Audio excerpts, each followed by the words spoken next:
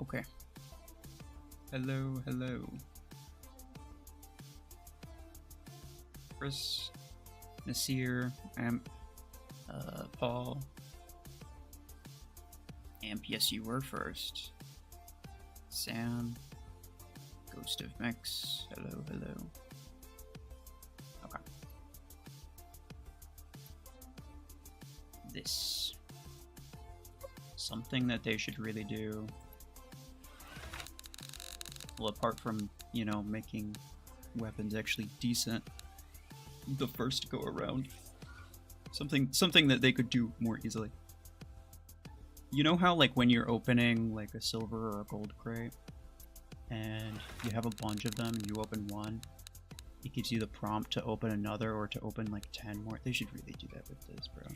There's zero reason. You know, like, some of those,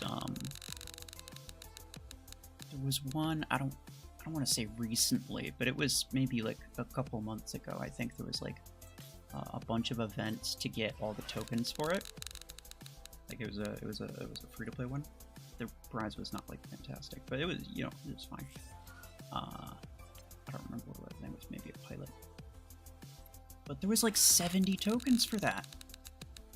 You want me to sit here and individually spin 70 times? I can't even skip the spinning animation. Should be able to do both, to be honest. So, yeah, crazy. They want the suspense.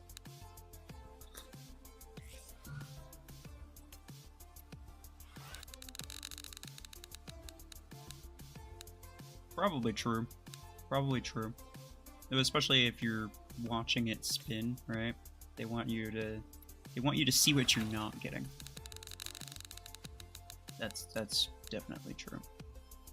But at the same time, like, dude, I don't want my crate rush opening to be a 34-minute freaking time commitment. Like, it's not necessary. Come on. The Nade 12 event? What about it? I don't see a Nade 12 event. Oh no, you were saying that's what the one that I was talking about. Yeah, yeah, that makes sense. Yeah, that sounds familiar.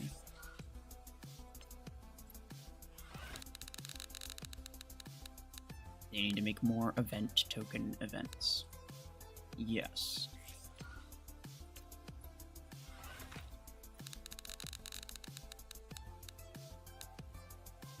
It would be nice if they gave, like, at least one free token to everybody for every single event. I mean, like, take a thing like this. Your chances of getting the main prize isn't even very good, but even if it was, your chances of getting the main prize were, I think, at the beginning, 0.3%, possibly less. So, like, you're not gonna get it. 1 out of 300 people would get it on their first try, according to those odds.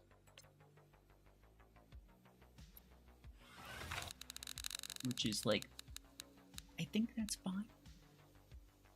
But that's just me.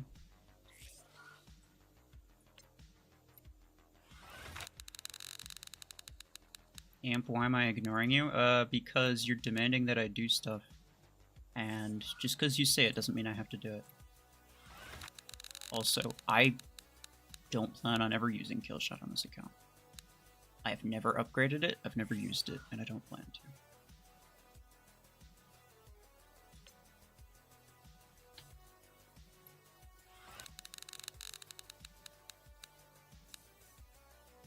I know what you said, but again, just because you say it doesn't mean I'm obliged to do it.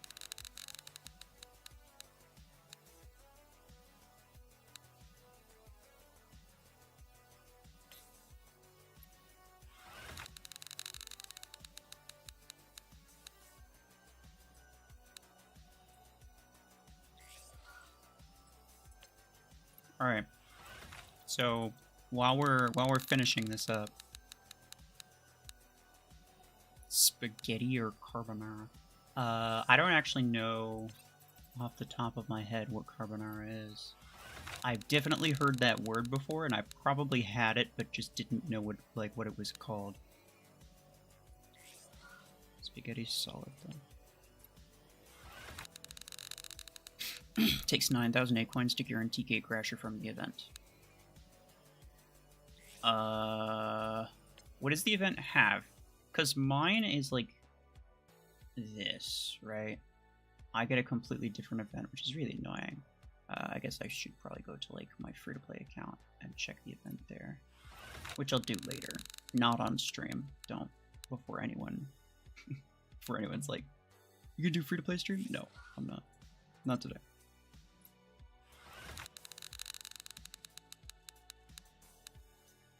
It's that just Gatecrasher. Well, there's other stuff for it too, right? Certainly. Like there's probably credits, blueprints, possibly A-coins. I'm trying to figure out what the total value is, because if you were to buy Gatecrasher for A-coins regularly, it would cost you over 9,000, closer to 10,000, I think.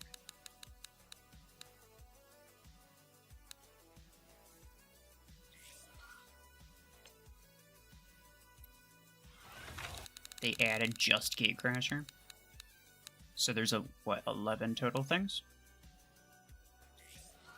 Carbonara is not popular in US. It might be, I just don't, like, I'm not familiar with, like, I don't have a mental picture of what it is to connect to the name. It sounds familiar and I've probably had it. I just don't recall off the top of my head what it looks like. Yeah, no surprise, it was the last one.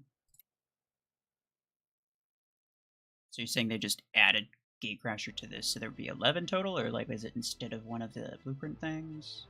Instead of one of the 10s? Runner has a white spaghetti. That does sound kind of... I haven't had that in a long time. Grinding for Aegis, nice. Weapon's gonna be OP. Oh yeah, absolutely. Anxiety, hello. Okay. Well, what do you guys think I should start with? Let's...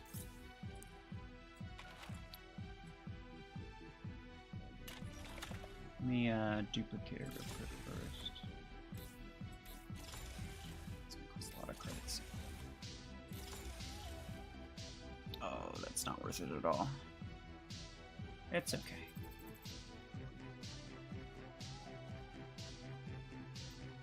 Are there other places I can get credits from? I don't like spending A-coins to get credits because the conversion rate's really crap.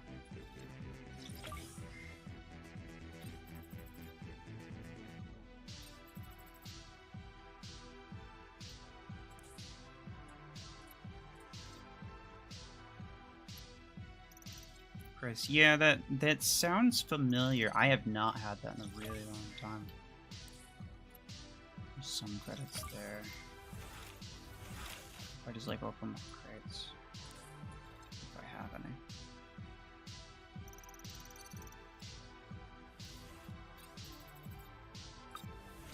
Not many. Ace, hello.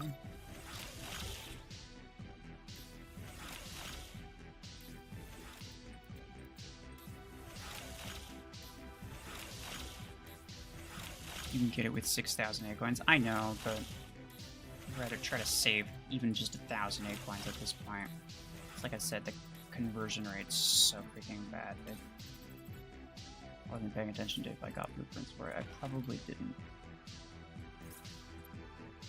No. Right here. An image of red. It's so confusing navigating between those sometimes.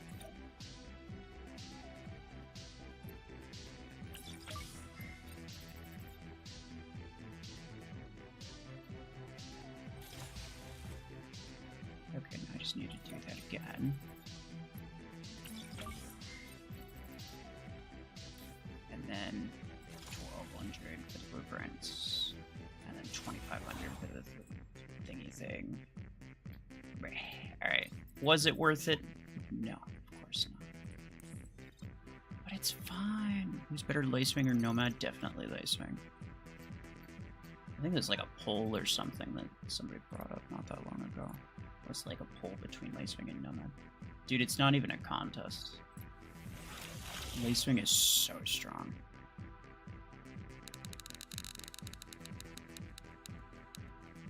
I'm gonna get the... Yeah, I don't care. Weapon's best for Seeker. Probably Stormrack.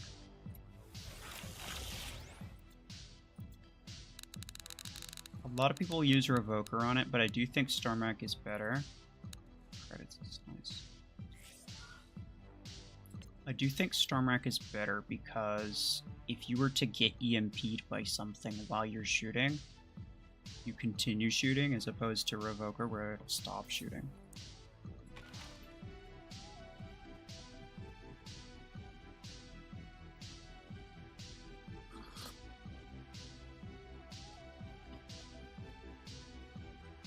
Lacewing or Eclipse. There's a few maps where Lacewing's not very useful. So in that case, I'd probably go with Eclipse. Somebody said Deathwalker or something as well.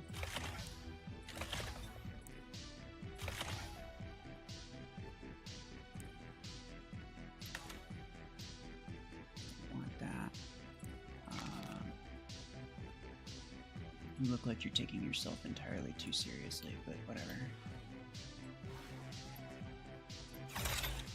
Change that. Duration cooldown. Yeah, that's fine. Let's add this just because. It's a weapon I haven't used. So I said Strike Rocket was decent. I'm curious about that.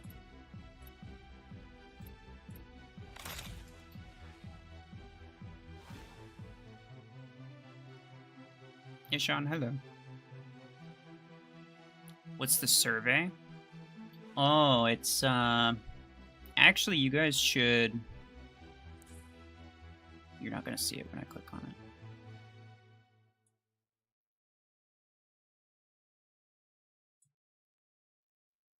If you can...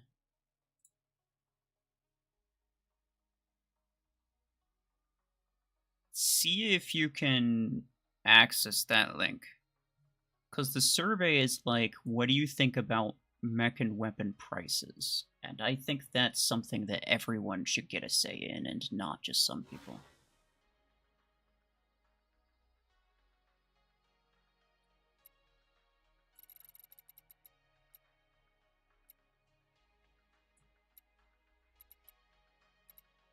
What am I thinking? What do I want?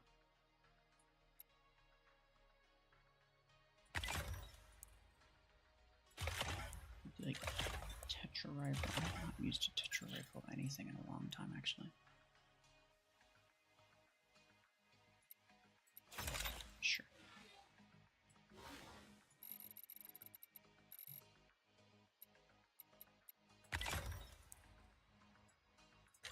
Overdriver Aegis. Somebody said that they were using it and then it worked really well. I don't necessarily think that I believe them, because Overdriver Aegis seemed like incredibly mid to me when I used it last. Deathwalker or Lacewing. Oh, my dude is trying to get a full tier list out of me, one mech comparison at a time. Alright, I'm gonna stop you there.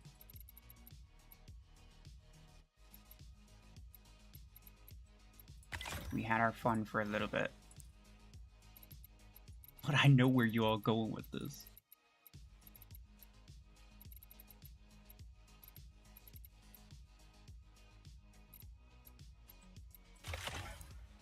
Cryo on Seeker is OP. I don't want range, I want... no, not really damage. I don't want shield HP, I want warp range. And then bonus damage is good. Notification level is annoying. Okay. Yeah, this looks fine. Hey, Pablo's online. Let's go. I got cryo launchers, Pablo. Could I add you? I mean, on this account, probably not. Not unless you do, what is it? Facebook or Plarium Play. Which, I don't know if that's in the stream description. It is not. Oh, no, it is. It is.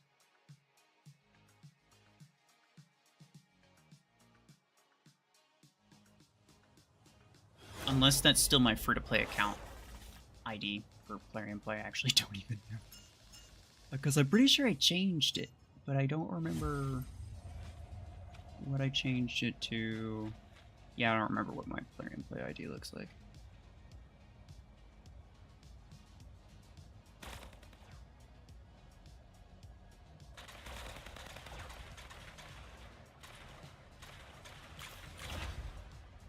Okay.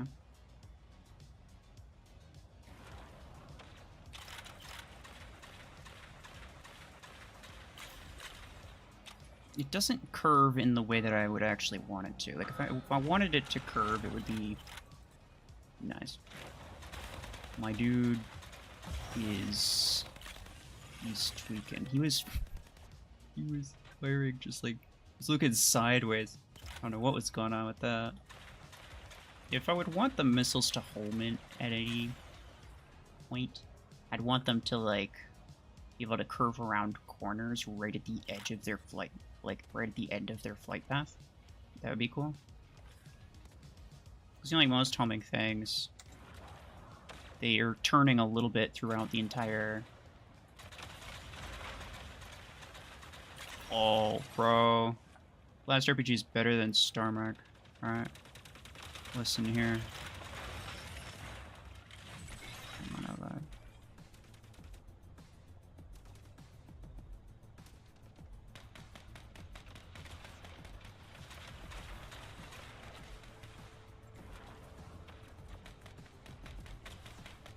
Haha. Yeah.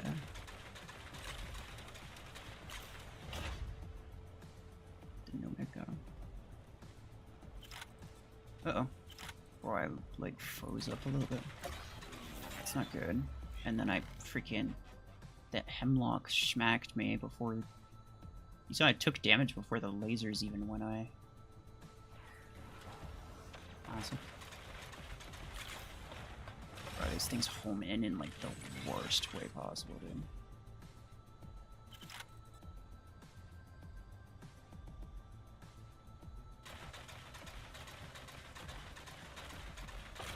Nah, I'm probably toast. Not? Oh no, the carrot's fine.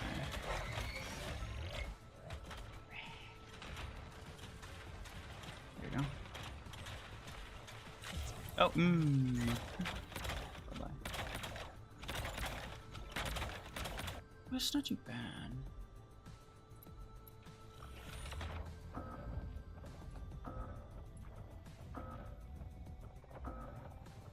Nope, you can't do it. It's probably gonna go around. Oh, no, he's right there.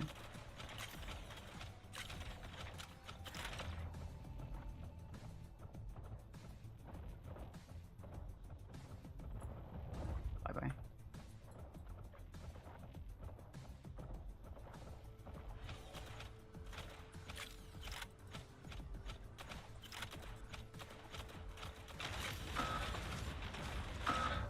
I am surprised he hit none of those rockets, which is wild.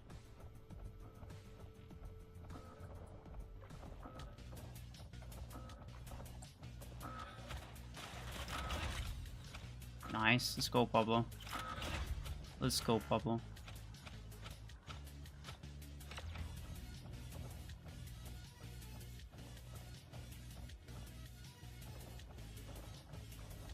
Oh, nice. Dude, yeah, I'm actually kind of impressed with the Tetra performance. Like, I just thought they were kind of crap.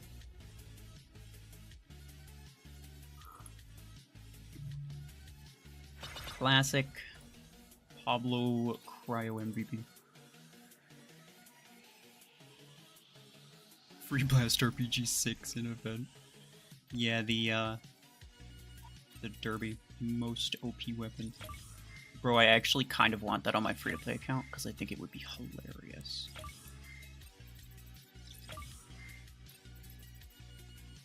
Like, I still doubt that it would be very good, but it would be hilarious to have.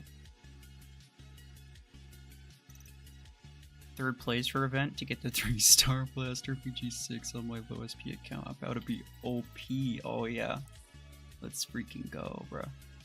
I haven't even, like, entered into the, which one is it? Yeah, this one. So I haven't even, like, entered in. I haven't filled this bar yet, and I've been kind of trying to stall it out a little bit. Oh, there's Tuesday. That's funny.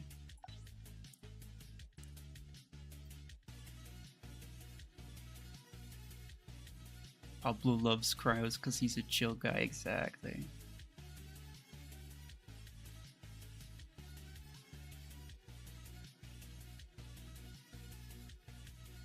House Blast RPG 16, I was expecting the damage to be improved. It was improved, and that's the saddest part.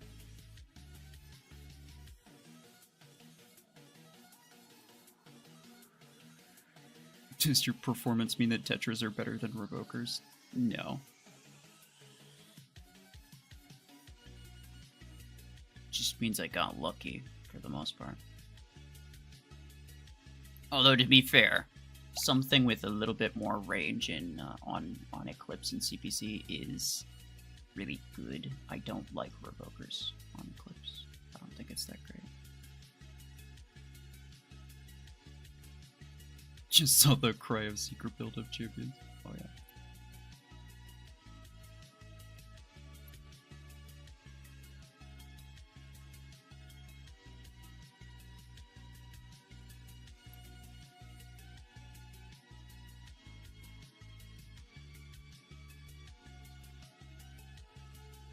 Deke, I don't know if you're here. If you want to join, let me know. Super29, hello. RPG 16 still ain't turning heads. Glad I don't have to push in this play for the 6. Oh yeah. For sure, for sure.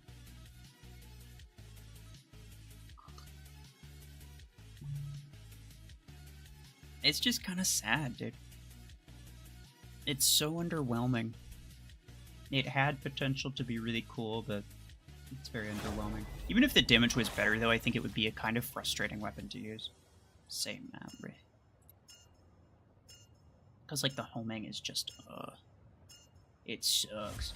I mean, to be fair, I probably would do better if I used the old disc launcher aiming mode. You know what I'm talking about? The vertical as opposed to the minimal.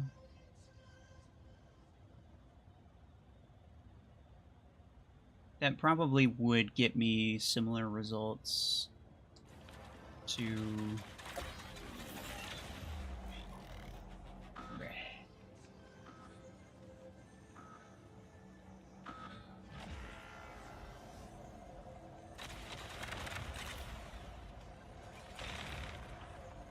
Dude, are you kidding me? That moron bot had to EMP him and to kill him while I had 1 HP left, dude.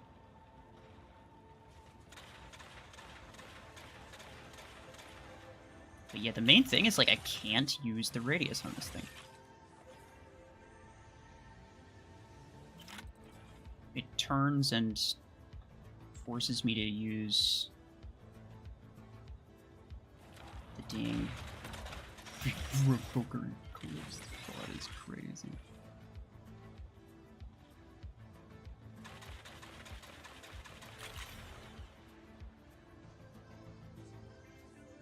I think there's, like, just barely a small window. What was that? Bruh. Did you... Friggin... Where was it going? Oh, no, no, no, no, no, no, no, no, no, no. Okay, bye.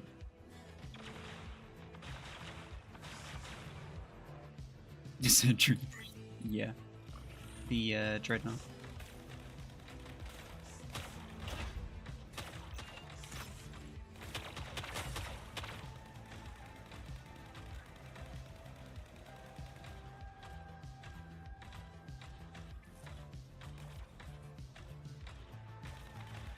Jovers.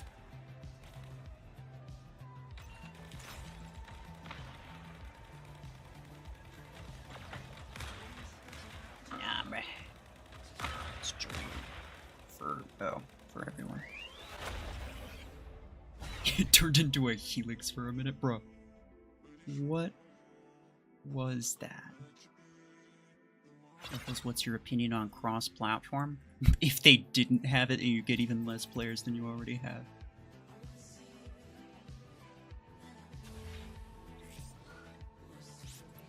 There is literally no game that performs better on mobile. None. People play on mobile because it's convenient. And there's some people who play really well on mobile.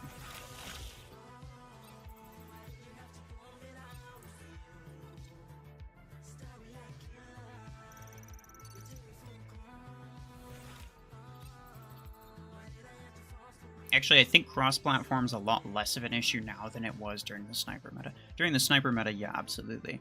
Being able to just clip like the corner of someone's hitbox by using the minimal aim assist, that's OP.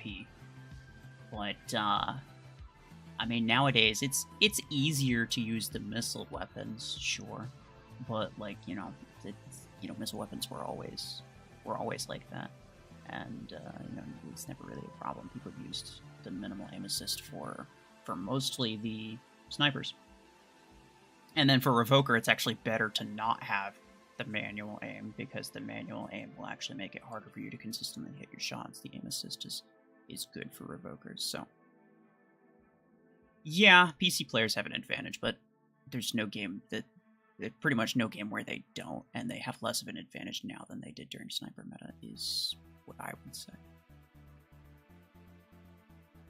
As opposed to like thinking about removing cross-platform, they should just focus on adding the manual aim to mobile, which I know is something that they plan on doing, but it's just going to be a long time. Don't invite me, I'll invite you.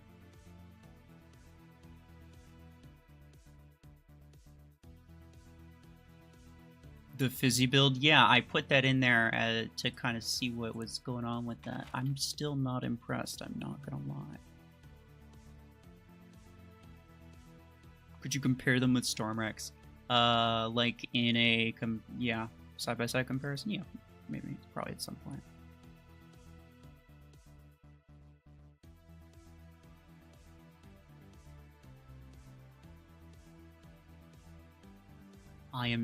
Hello, I am Ruffles, I am stupid, and I am bad. Poop emoji. Mech Arena play. Ain't as bad as your English. Got him.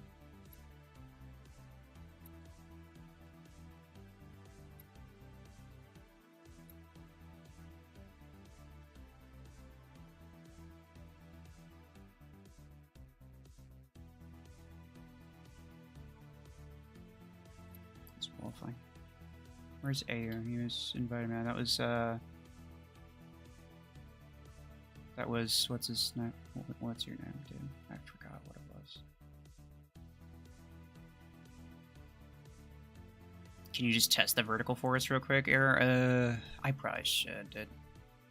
Yeah, you know what? I forget. I don't like using that aim, but okay. That's fair. I should. Proof of concept.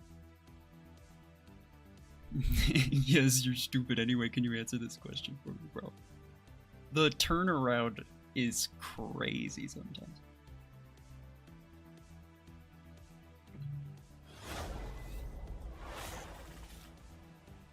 Is pulse cannon good? No.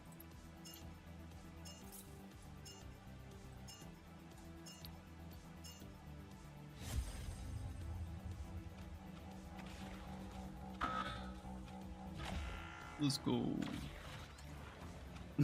The railgun nomad is crazy. I thought that was one of my teammates. No, it's, I mean, I'm not used to this aiming mode, to be fair. So there's something to be said about that. What it does not seem to help in any way. It's not like usually you just like... Oh, wait, no, never mind. Okay, yeah, I mean, fair enough. But, like, bleh.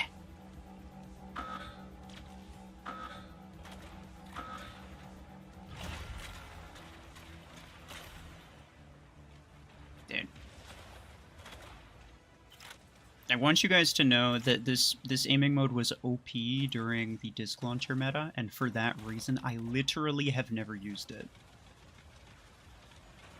That's not true. I used it like maybe one time.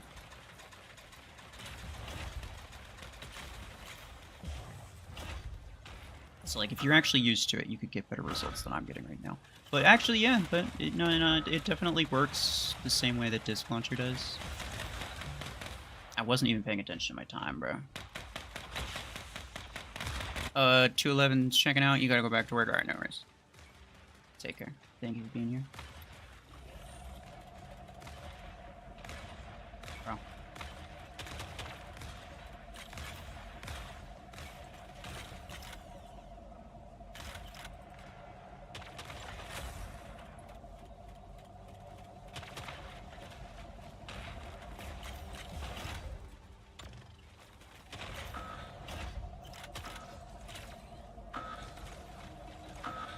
The nice thing about this is that it's like the one EMP ability that actually works through ally Aegis domes.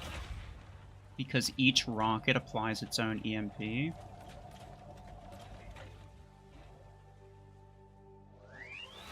It's not like a wave of EMP. Usually it's like a wave that generates from the mech. So if you're inside the dome, nobody outside the dome is going to be affected. But this one's actually not like that.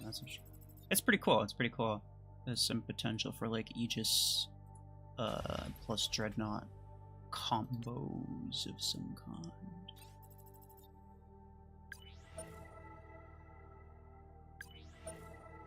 So I want to ask Rebels to rate Blast RPG 1 through 10 and why he rated it this much.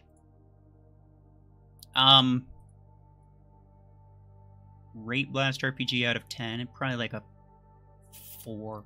It feels below average, but not like so far below average that it's crazy. It's an annoying weapon to use, I'm not gonna lie. But the damage output's like not super terrible. It is kind of terrible, but it's not super terrible. Are you on Mech Arena World League Tournament? I am. I wasn't sure if I was going to join. I actually thought that I wasn't going to. But then we kind of changed our minds and we were like, alright. Let's join. I made a post about it earlier, by the way. Like yesterday, I think. And I linked to the server and stuff if anybody wants to like look at that, you can join their tournament server. But also, like anyone who's joining, if you got decent SP, I was basically like, you know, we're down for practice matches. Some of our lower SP people kind of need some practice. What's the reward for it? There are cash prizes for the top 3, I think. So that's kind of cool. And then I think A-coins for everything else. I'd have to look again. But there's cash prizes for at least the top 1 or 2.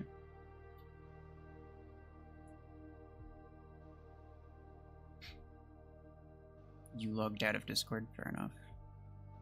And what's the rules? The rules are the reason that we didn't think we were going to join to begin with. And that was that you're limited to only 1 mod per mech. I don't know why that's the case. Like, I understand the theoretical benefit, but I don't think there's going to be any actual benefit to it. Let's use something else. Mimicker might be decent, actually. Oh. Thanks. Looks kind of nice, actually, with this skin.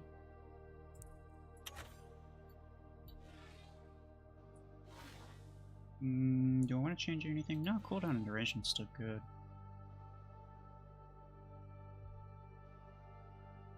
Remove the homing mechanic and increase the damage, yeah.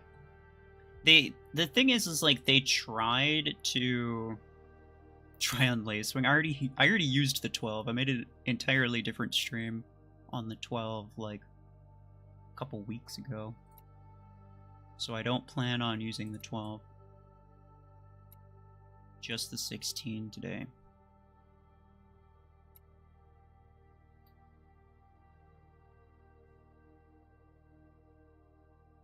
Can I rate your hanger? No. Sorry.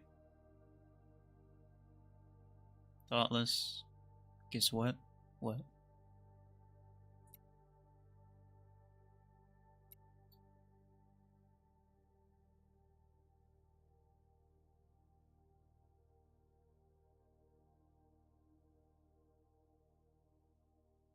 Anyway, yeah.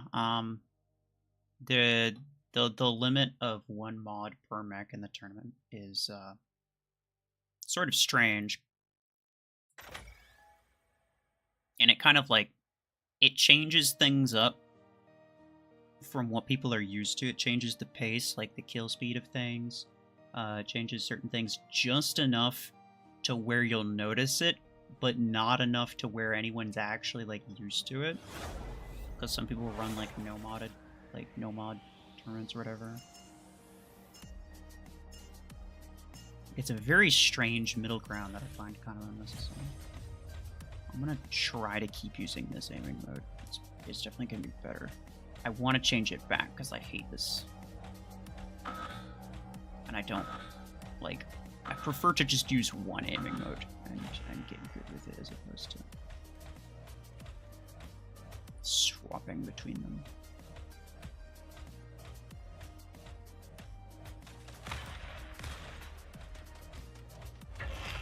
Alright.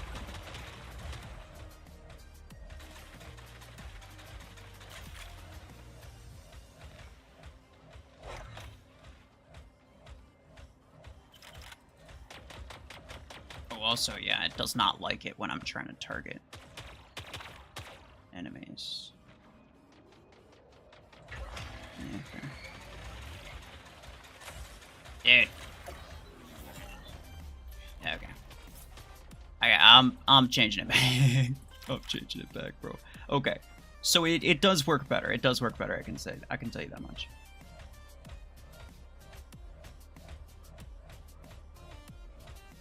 But I don't really feel like getting used to an entirely new game aiming mode this stream, so I'm not going to worry about it.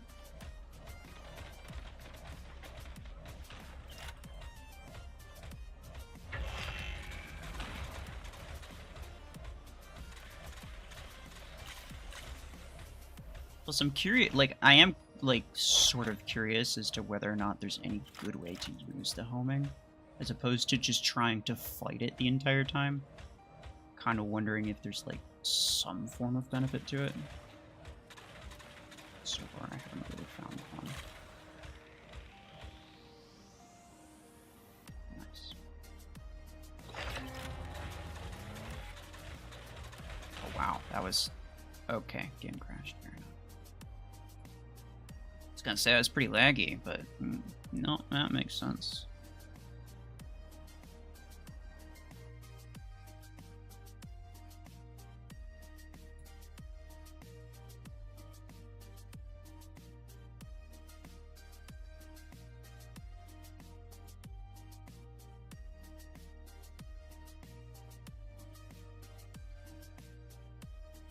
Thoughtless, are you Caledosian?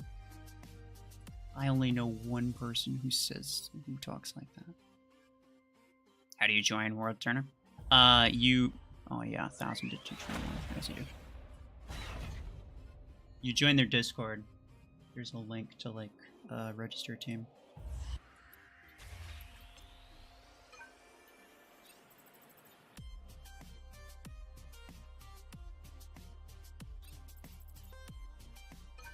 Your name's been thoughtless since... Okay, fair enough.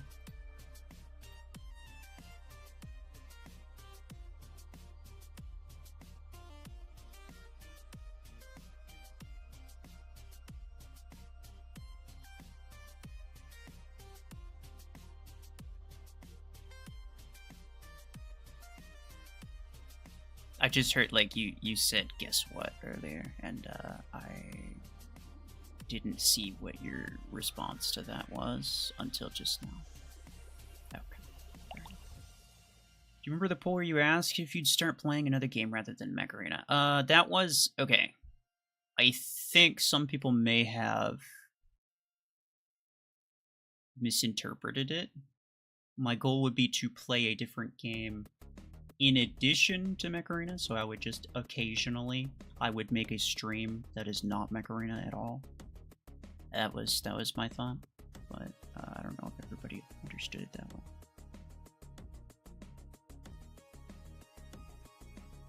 Poppy Playtime Chapter 1, 2, 3, and 4. I don't think I'd play horror games. I'm mostly looking for, like, other PvP shooter games. Even better if it's another mech.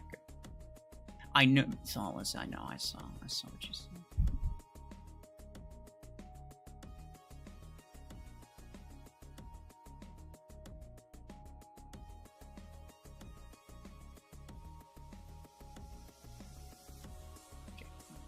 Let's do that. Just to...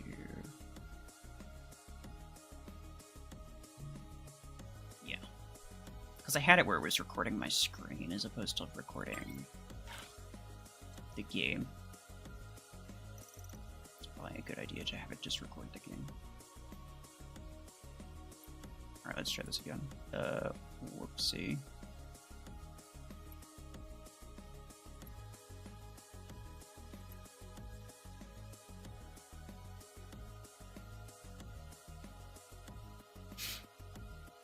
Ruffles also plays War Robots Frontiers. It's better than Mech Arena, right? It's really nice. I do like it, but it does lag slightly. Not that Mech Arena doesn't. I literally just got started. I just got finished force closing Mech Arena to reopen it because it literally just crashed on me, so.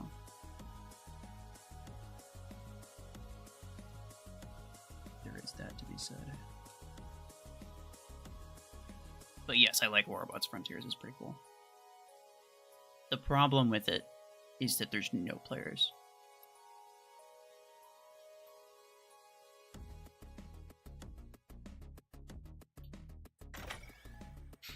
Singularity, hello. War Robots, no, that game sucks. No, not War Robots specifically.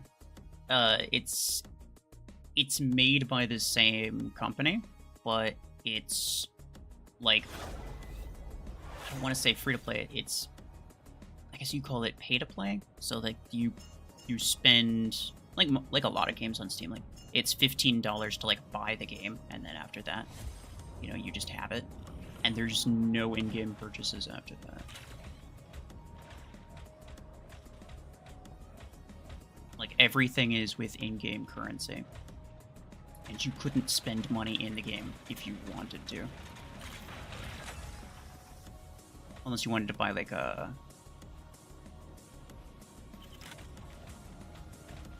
It's like when you buy access, there's like special packs that you can get a little bit of extra stuff, but that's literally, that's as far as it goes.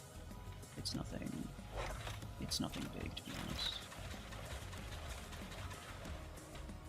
At least that's the way it is for now. And there's definitely a decent chance that it becomes a bit pay to win in the future. But you know what? If that ever happened... Excuse you? Why were my rockets going into freaking orbit? But anyway, yeah, if that ever happens, then I'll just stop playing. Like, there's a lot of... I don't know. I see quite often people are like, I don't want to play XYZ game because it'll maybe become pay to win later. It's like, brother, you're not going to play it for the rest of your life. You're just not. Even if it was great, you'll get bored of it eventually.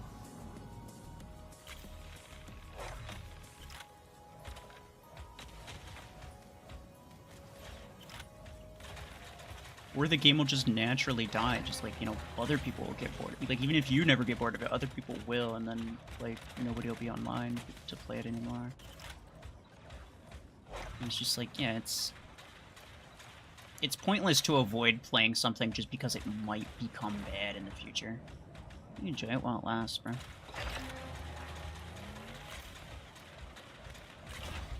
Oh, nice. Let's go.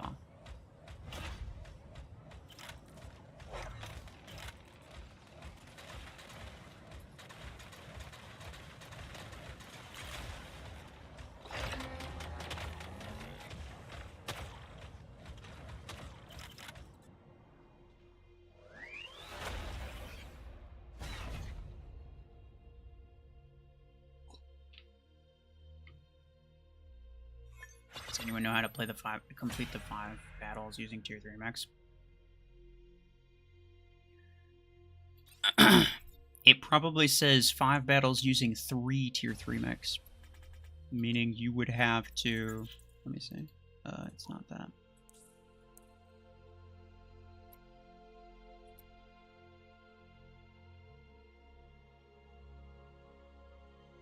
Play 5 battles using 3 tier 3 mechs. Meaning you'd have to use Guardian and Ares and Shadow. Which you're probably not going to be able to do because you probably don't want to buy Shadow, which is understandable.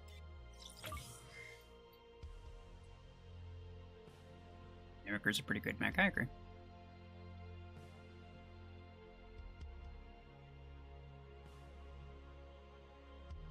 Always when I want to watch someone as an incoming call. Bro, they know, they're watching you. They're like, look here, we can't let him have fun. Played Warbots since 2017. During quarantine, I switched to Mech Arena because that's when Warbots was getting out of hand. What specifically made you quit? For me, it was Hawk.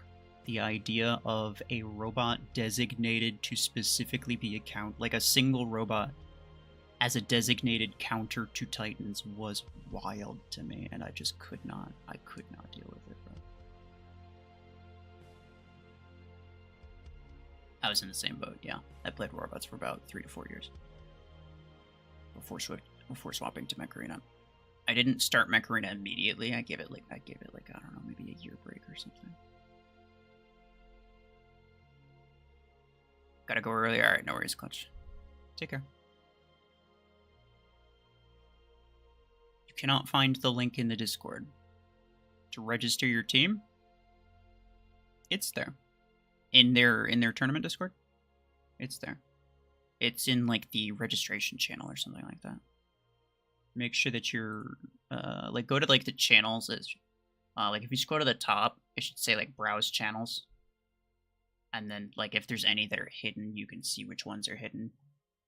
Sometimes Discord just like automatically hides ones that are kind of inactive.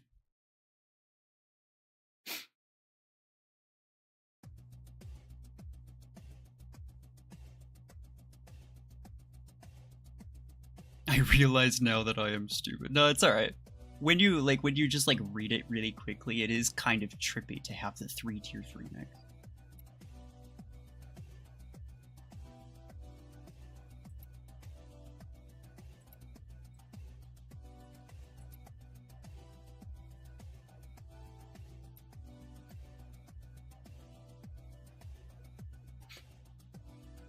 You tested Dreadnought with this weapon? I have not. I've done 2 mechs, Mimiker, Deathwalker. I'm using Mimiker for the second time. No, this would be the 3rd time. Alright, so yeah, I'll stop using Mimiker after this one.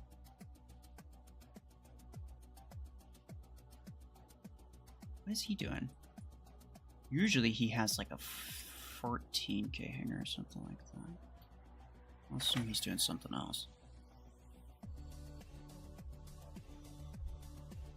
Hey, Sean, you said that earlier and I responded. I don't know why you sent it again.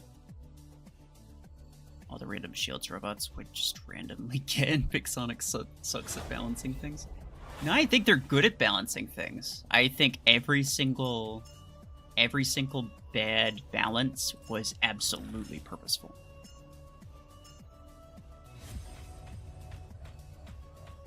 They'd put it on a test server. It would seem kind of weak.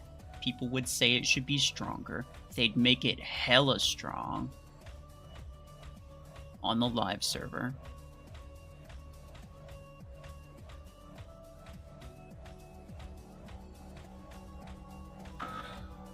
And then eventually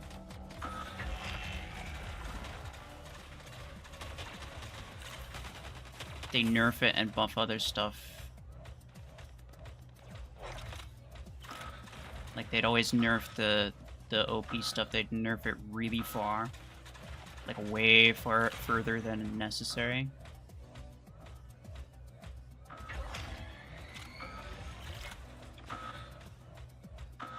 And then they'd buff other stuff to make it, they'd usually buff, like, a couple free-to-play things just to, like, kind of shut people up.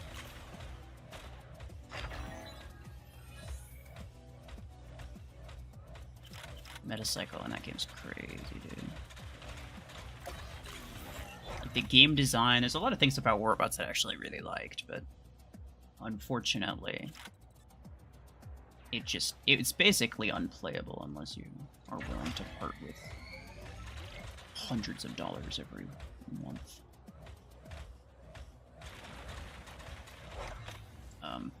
Please don't. Please don't. Oh yeah, let's go. OP. Oh no.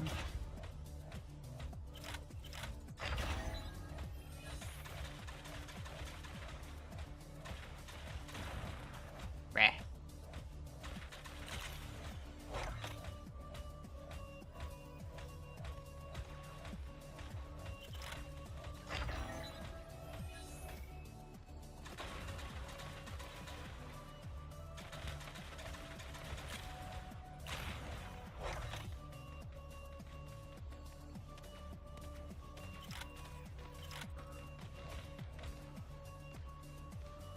Can't find it in the Discord. Wait, what are you looking? You're looking for the registration form for Never in a Worldwide Tournament, right? I'm not rating your hangar. I'm not looking at your hangar, sorry. Not looking at anybody's hangar today.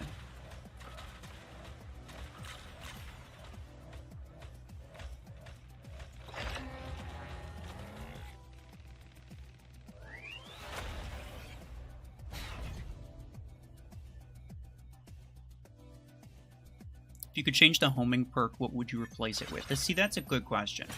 That's a good question, because it's there, the homing perk is there to make it more interesting. So they wouldn't want to just remove it, because that would make the weapon kind of uninteresting in terms of mechanics. What do I think it should be replaced with?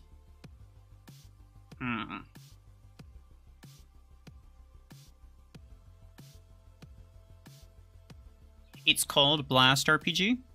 I think it should have Implosion. I think it should apply some percentage stack of Implosion every shot. Like Graviton Beam.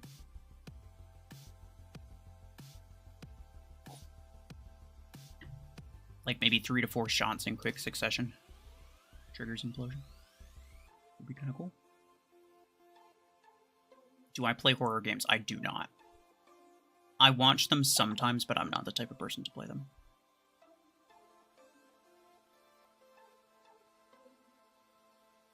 I used to play Warbots during 2015-16 period before quarantine, and also the time when Pokemon Go was released. Fair enough. Mainly quit Warbots only because my phone used to lag a lot when I played and didn't have PC back then. My phone could handle it pretty well. Like, I haven't dealt with lag in most games. I don't know if it's just, like, decent internet connection where I live or what, but I've not really had many issues. And I did have, like, a pretty old and not particularly great phone. I didn't start playing games on PC. Actually, I didn't like playing games on computer. But I didn't start playing games on my laptop until I think like 2 years into Mech Arena, something like that. Maybe like year and a half into Mech Arena. They added controller support, and it messed, and the way that they added it was through Bluetooth, essentially, right? But what happened was, every time I would connect my phone to my computer to stream, because that's how I streamed, was I would connect my phone to my computer. I'd stream from my computer, so that I'm not trying to stream from my phone. So I could use, like, you know, I could connect like a microphone. I could use headphones. That it would just be relatively, it would just be significantly better, like audio quality, especially. You wouldn't hear all the tapping on my phone as well. So I would connect my phone to my computer and then stream from my computer. But once they added controller support, whenever I connected my phone to my computer, it thought that my computer was a controller. So I reached out to Plarium support and I told them about it, and they were like, yeah, there's kind of nothing we can do about that. Like, that's just going to be the way that it is. And I was like, well, damn. I was in the process of streaming when this happened. So when it was happening, I was like, oh, that's not good. And so I decided to try Plarium Play right then and there. And it was a very interesting experience. It's a very interesting experience. Also, this build, not terrible. Last RPG on Solus might be one of the better ones.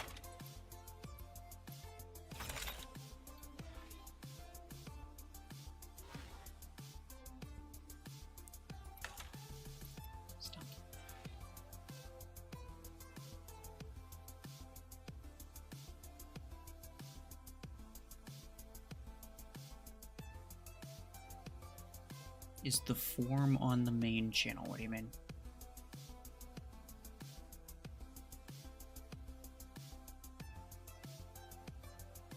There's no shot that you still can't find it. Okay, I'm gonna go to the server right now.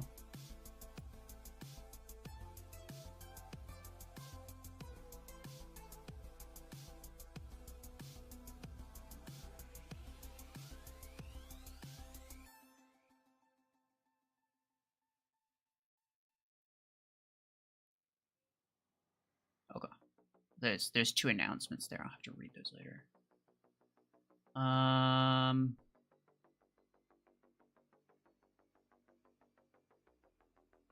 Go down to... Hold on, let me browse channels here.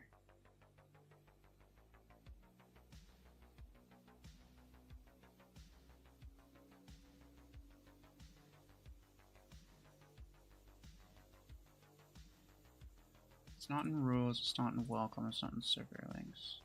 Actually, hold on. Maybe, bruh, did they get rid of it or something?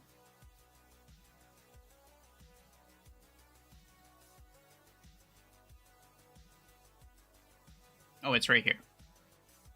It's the one with the... It's the one with the weird the megaphone thing next to it. It kind of throws me off. It's what... it's an announcement channel, right? It says league registration. And then there's a link to the thing. It took me, like, I don't think it was like that earlier. So it took me, like, I don't know, maybe 5 minutes to find it.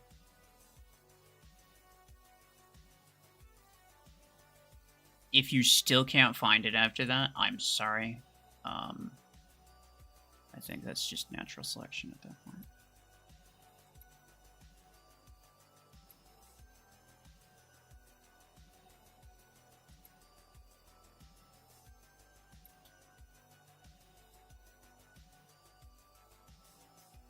Future clips with Strike Rocket 12. I don't plan on using the 12 this stream. The 12 is not new, the 16 is, so I'm just going to be using the 16.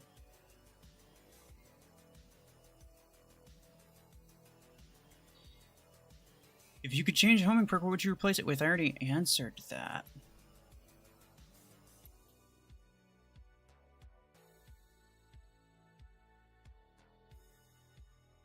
Heartbeat 12s.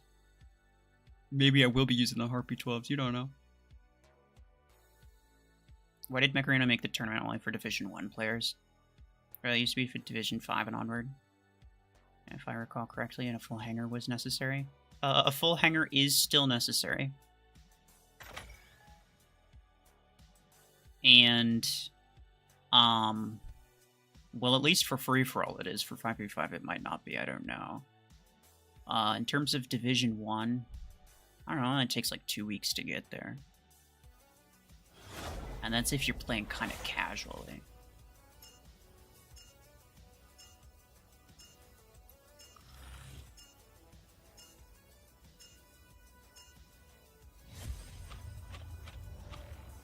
You were away when I answered? Oh.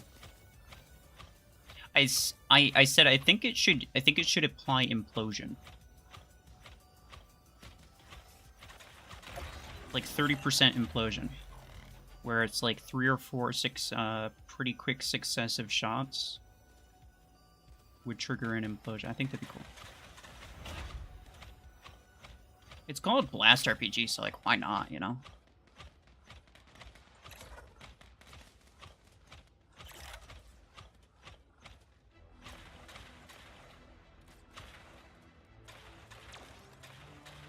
There we go.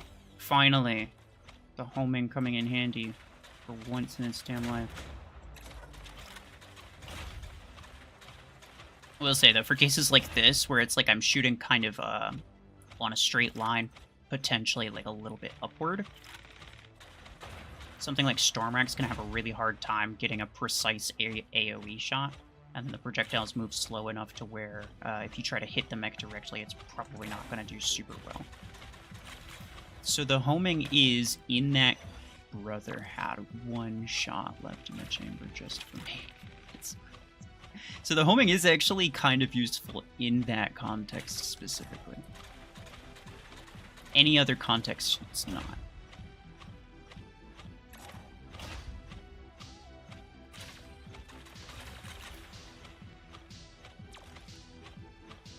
When did you start Mech Arena? About 3 years ago.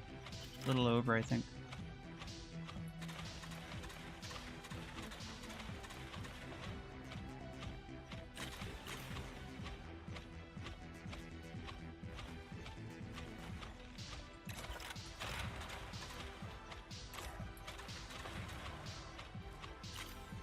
Okay, he's not going anywhere, so I'll wait.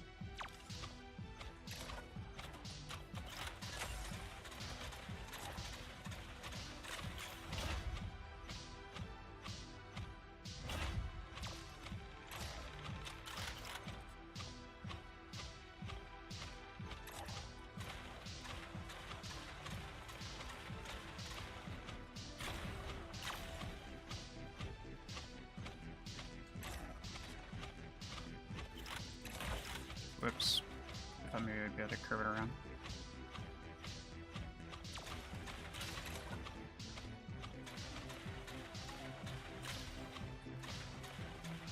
Get him. I am actually not horribly disappointed in this build. Which is crazy, I know.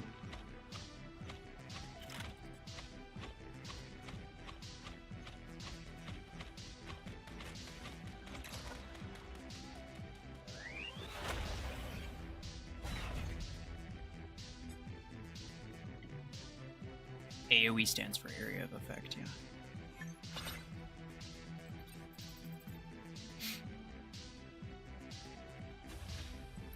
What's your thought on Lacewing? Because when it came out, you said it was weak. Yeah, I did say it was weak. My opinions do change, and I'll say when I'm wrong about stuff.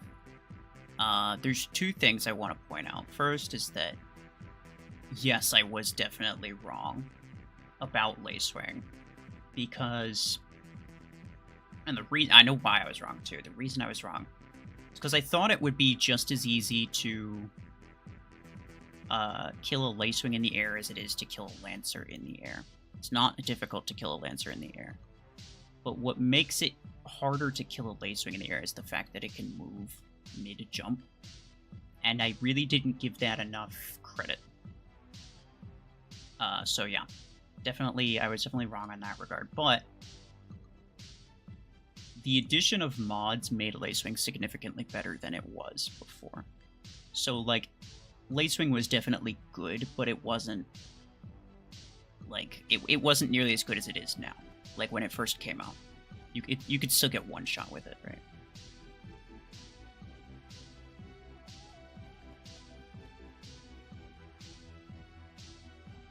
Is it just yours, the screen blurry? I mean, I'm looking at it right now, and it doesn't look blurry. It looks fine to me. Yeah, might just be you.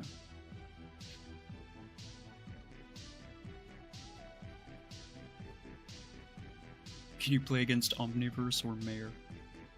Even if I wanted to, which I kind of don't, because I don't really have anything to prove against them. They don't play competitively. Like, have you ever seen them join, like, a Mech Arena tournament of any kind? So it's like, they have nothing to prove. I have nothing to prove by fighting them, so, like, yeah, whatever.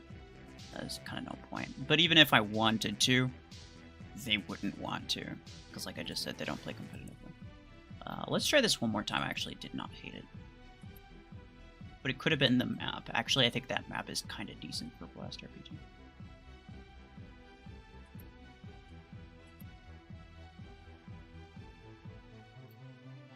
I know you were here. I don't know if you want to join. What's with the test thing they're doing with the tournament? You're able to play it, and I'm Division 3. You're Division 3. Well, you're probably Season Division 3. Right? Not like Player Division 3. That is very different. If you're Player Division 3, then that's news to me. But with the test, it's basically just... You're Player Division 3? Oh, interesting. Well, that's nice. You can play tournament earlier, I guess. Maybe they did it just so that more people would be able to test it. Like, they want as many players to be able to test it as possible. That might be the reason. But the test is basically... that the map is random. And that's literally it. Like, as opposed to having the same map every single time, it's just a random map. And I kind of like that, because tournament was boring as hell when you were forced to play the same map.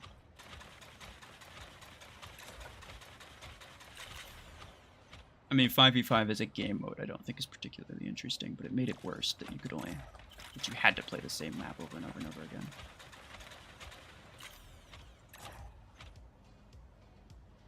Outlaw is kind of underrated, not gonna lie. I agree with that. I use it competitively.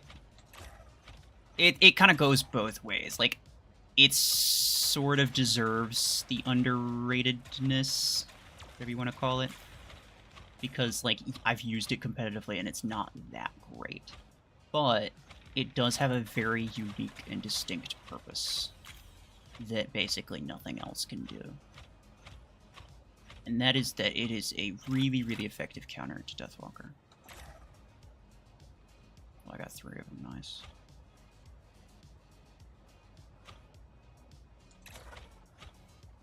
He's about to die, bro.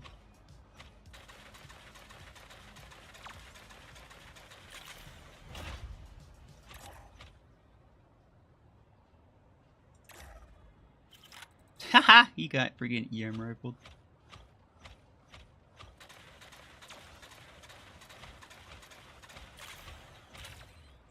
Should have left him alive and just timed it out. Oh well.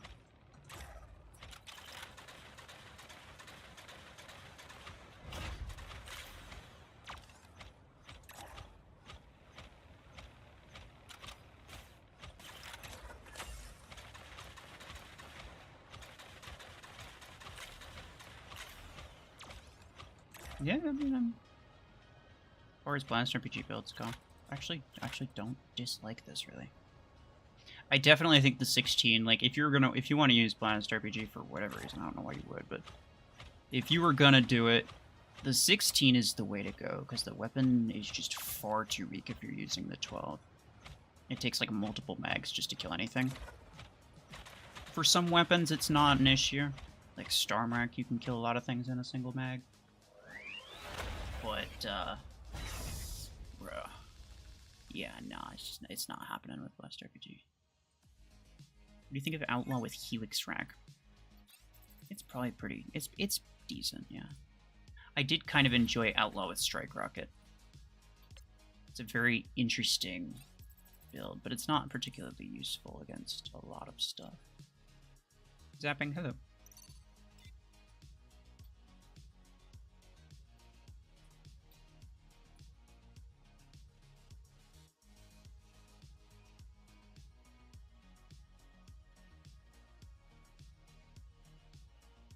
Bro says get a webcam, it's good.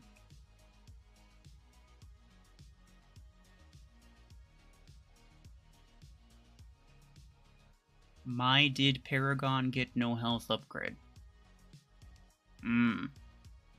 Okay. Why do you shoot left and right alternately instead of shooting both weapons at once? Like, is there any reason, or is it just your playing style? So there's two reasons. One is it's kind of just the way that I prefer it. One is a personal thing. I prefer doing it that way because when you have a steady stream of shots, it's a lot easier to aim and track targets as opposed to if you had pairs of shots going out in short intervals. So it's a lot easier to like aim and track a target more precisely if you have like a thicker, like a more consistent stream as opposed to shots in bursts.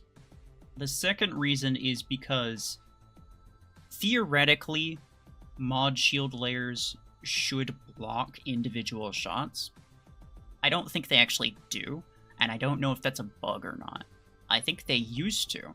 So like if you had, let's say, if you had a perimeter multi-layer and someone shot you with 2 EM rifles at the same time, it would only take off 1 layer. I think currently it takes off 2, but I'm actually not sure if that's supposed to be that way or if that's just a bug or what. But theoretically, when including shield layers and stuff like that, alternating fire is the best way to get through those mod layers and actually kill stuff quicker. I also alternate my shots with nades, really helps carpet an area. Oh yeah, absolutely.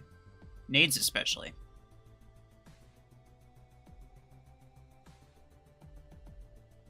Outlaw's good with guided weapons. Imagine Eclipse getting foul played by Outlaw and disabling his stealth ability and getting hit with the guided weapon. Yeah, the only problem is like there's a, I don't know, like 60% chance that said Eclipse is literally in your face with Revoker at that moment. So, yeah, I don't know. It's not great. Would you recommend Mizrax 16 Outlaw? Been thinking about running such build. So the reason I have it is because I'm already using Stormrack on these two, and I can't really put another Stormrack build on Outlaw. Missile Rack is about, it's the closest that you can get outside of Stormrack, obviously. But the other reason is, like, your main purpose as an Outlaw is to counter Deathwalkers. Most of the time, you're not the first person to get to them, which means that they've already come out, they've already died, and most of their mods, their shields specifically, have already been stripped away, and they're already gone. So by the time you get to them with the Outlaw, you crash them. They have pretty minimal defenses, and then you can shoot them with the Missile Rex 16s, and that's, you know, plenty enough damage to actually take them out. And that's why that's been doing pretty decently. In the event that they still have, you know, shield mods, I don't think double Missile Rex 16s is not really going to cut it.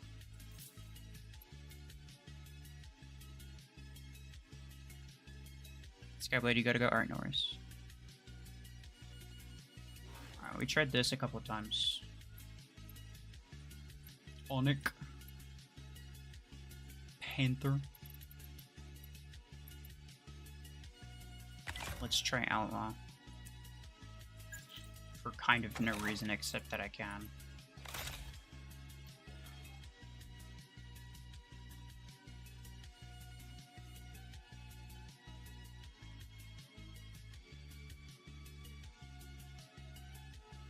Apex Death. Should you go for Cheetah or Aegis? Definitely don't do Cheetah. It's really bad.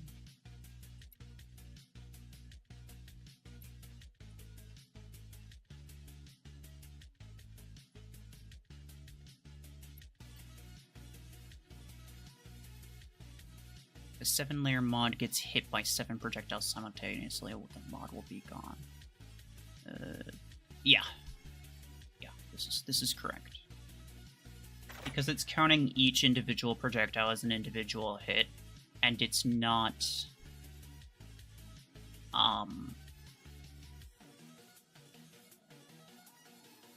like, it's not necessarily counting all of it as, like, a single hit from multiple directions. Which I think it used to for a little bit. I don't remember exactly when it changed, but I'm pretty sure it did. And, yeah, I still don't know if that was purposeful or what. But...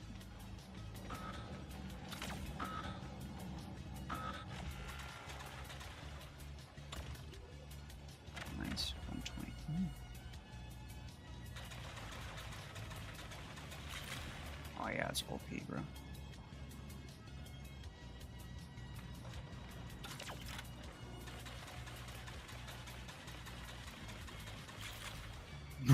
Did you see how little damage I was dealing to that dude? That's crazy.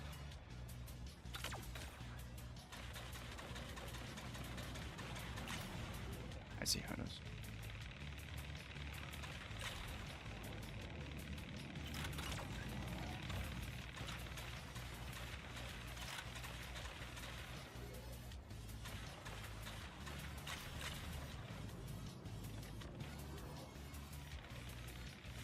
Excuse you.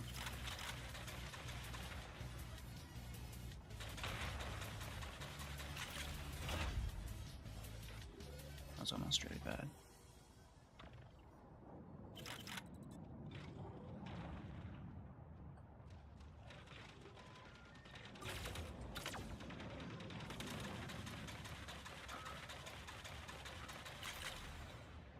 Okay.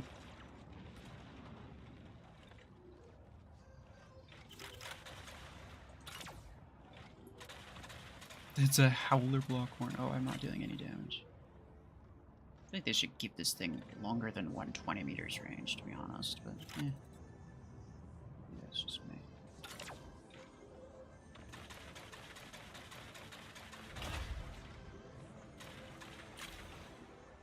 Bleh. Got Outlaw on my alt. I can get Deathwalker, but I use Outlaw on my main. Deathwalker's definitely better. But Outlaw's fun.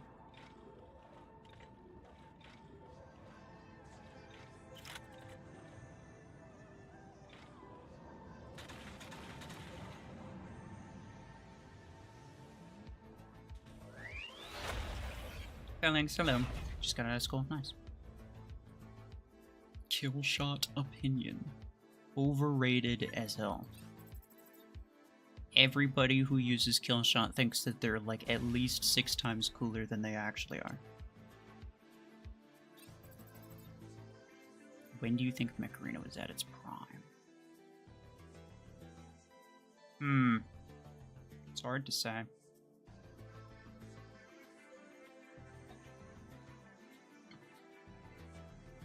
Like, in terms of how many people were playing?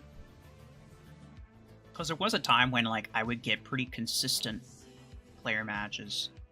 I don't remember exactly when that was. It was after one of the many controversial updates. Mech can't update anything without it being controversial, let's be real. Like, they could do anything and people would be like, oh no, I don't like it.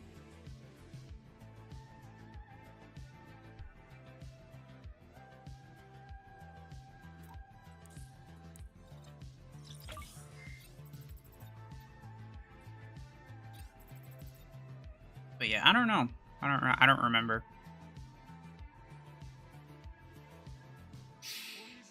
I would say, in terms of my own personal experience, like how much I enjoyed it, I didn't enjoy the disc launcher meta at all. I actually thought that was like infuriating.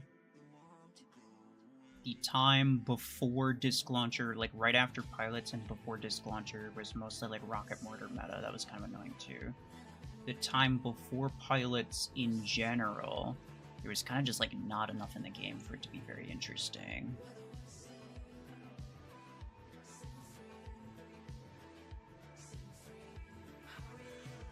I guess it'd have to be before the Great Update. Because I had a lot of fun using like random different stuff. There was still a meta, obviously.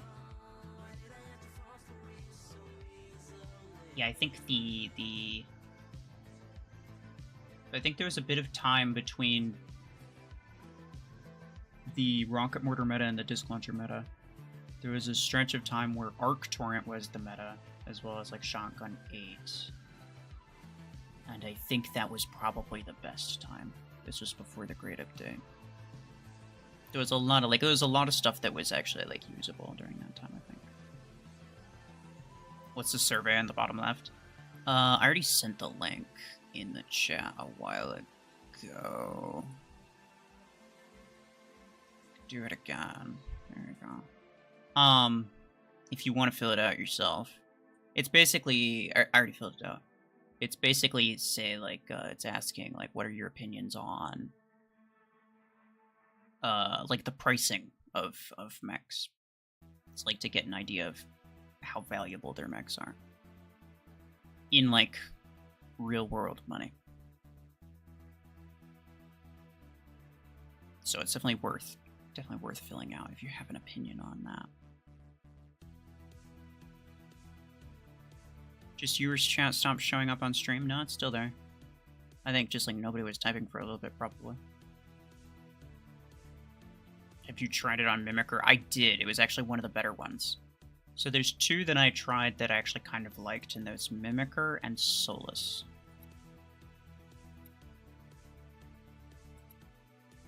I still have a few mechs to try, but those are the ones that are doing actually kind of well. Do you like Arc Torrents or Fragment Guns? Fragment Guns are probably better. Arc Torrents have they're kind of nice. They have a decent mechanic.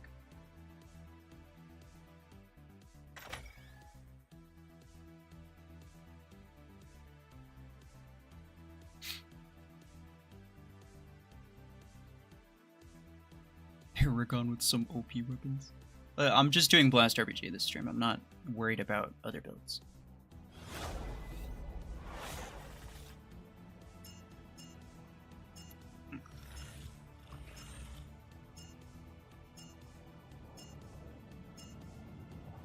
If half of all the legendary stuff they released was downgraded to epic, their prices would be just fine. I disagree. I don't think that there's anything in the game that should be valued over like maybe $40. Like, I don't care how OP it is. A legendary rank 5 mech is not worth $100, my guy. That's my opinion anyway. Like, some people are fully willing to spend $100, but I think that's different than it actually being worth $40. And who knows, maybe they like significantly... So basically what I'm saying is I think they should like reduce it by like 50-60%.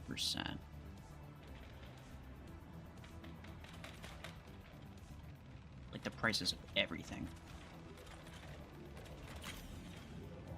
And if they did, it would be significantly better, I would say.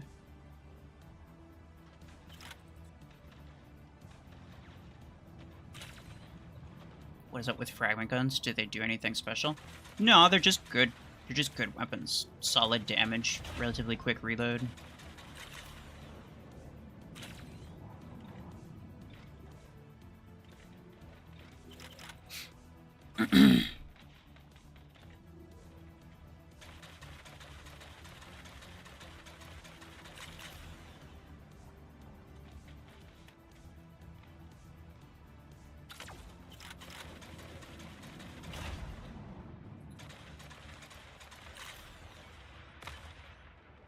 Trying to crash that bastion. Trying to crash the bastion, but people are just like shoot at it anyway while it's being crashed.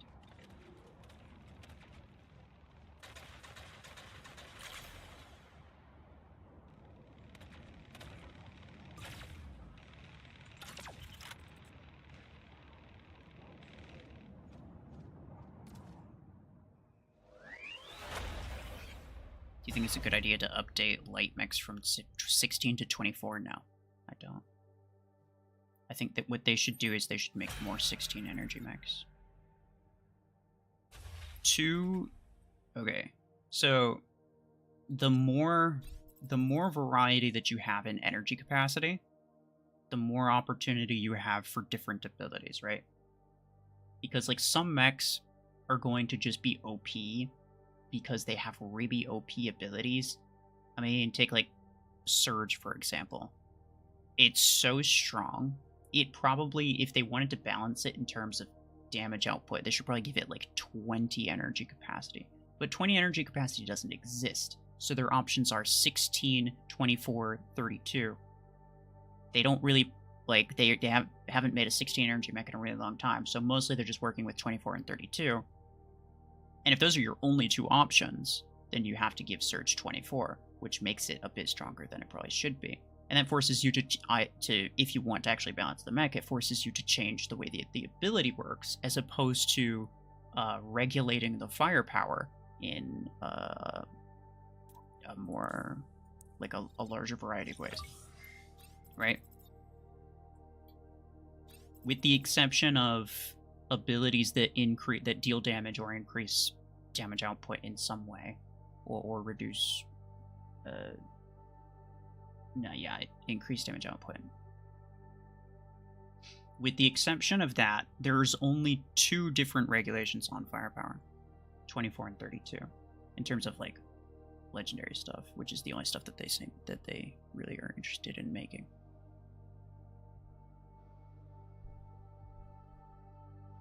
Can I rate your hangar? No, sorry. Firehood, hello.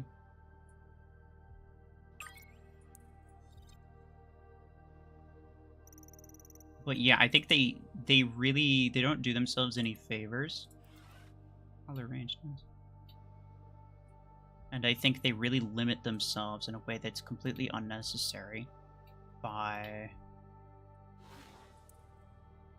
Let's do something else.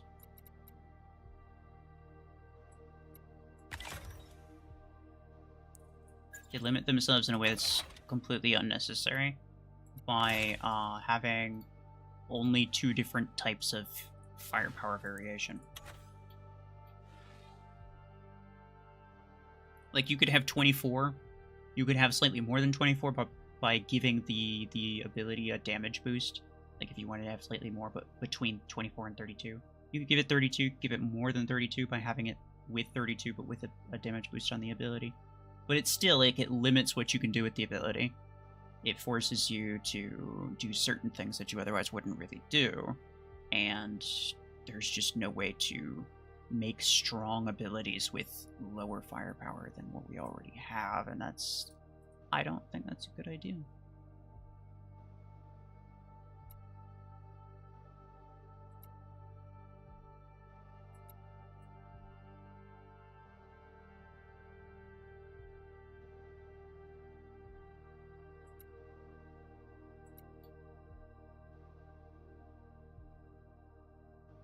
Which mech is the most difficult to kill? Lazy Swing.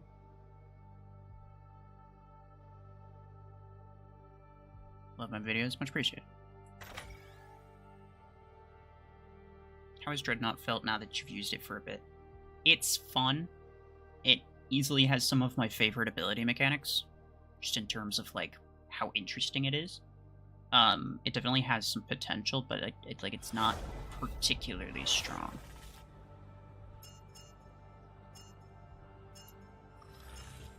Do you think they should make Arc Torrent 16? Yes, as well as Carbine 16. I think both of those would be very fun.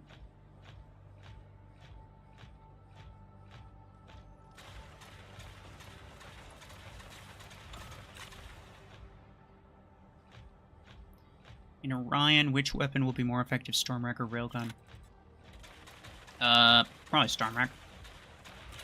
But not by a lot. Usually your Stormwrecks are going to be used on something else.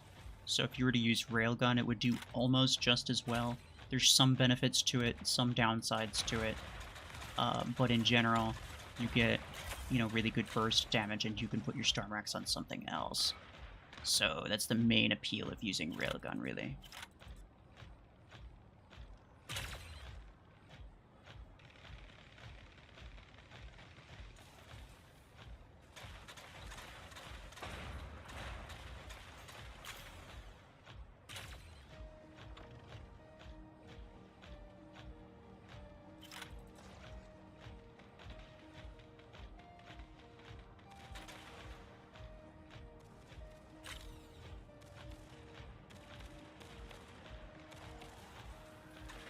I missed.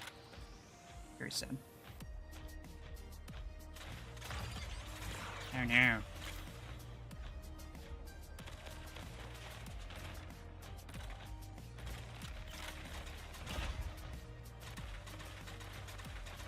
Get him.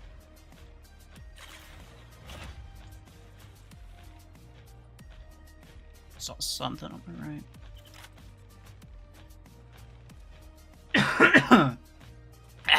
Damn. Oh, I might be dead here. I might be dead here. Wait, no. There's somebody on the right, good.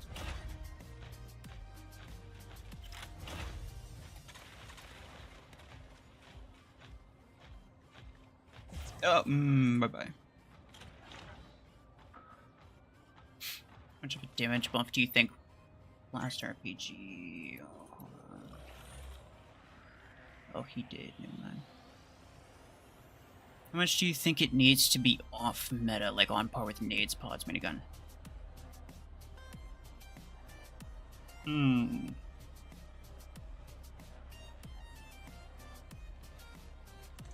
I don't know if it necessarily needs a damage buff.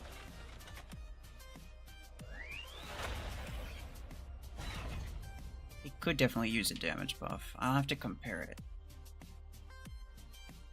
To me, it's just like the maximum range is not particularly good. You could probably increase the maximum range to like 150 or something like that, and that'd be kind of nice. That would make the homing slightly more useful.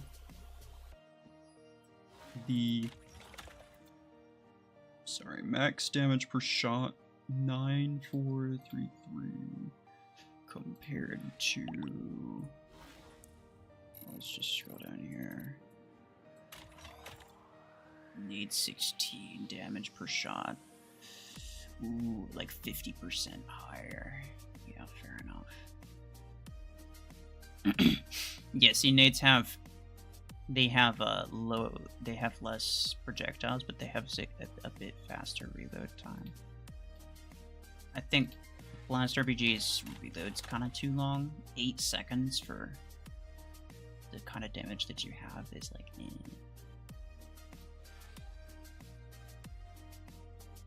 Yeah, maybe like, I think like maybe like 20-30% damage buff should be enough to make it like half decent. Cryo launchers are good for first timers. Cryo launchers are actually really solid in general. I might even prefer them over regular nades at this point. Before mods were a thing, cryo launcher was kind of pointless. Because they did slightly less damage.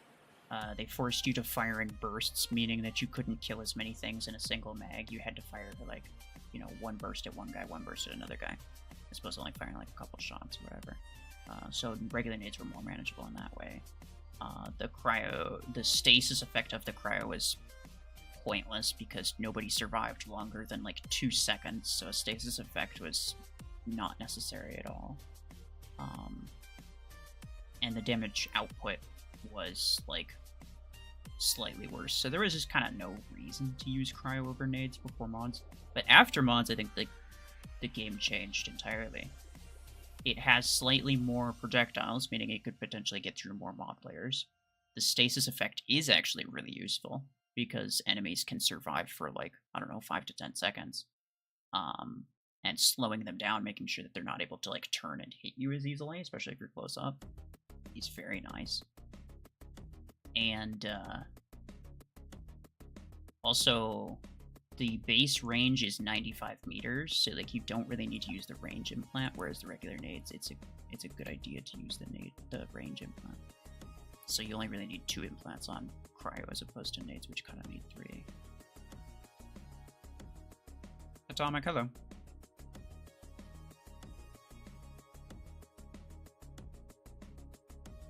You think we could ever see autocannon 8 in Doom?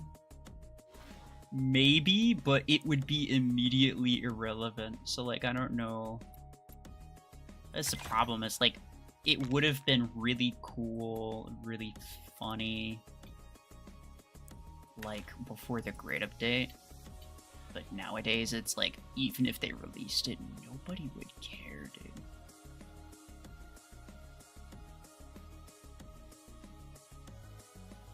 The blueprints in the game of some common mechs are useless after some time. Oh, yeah.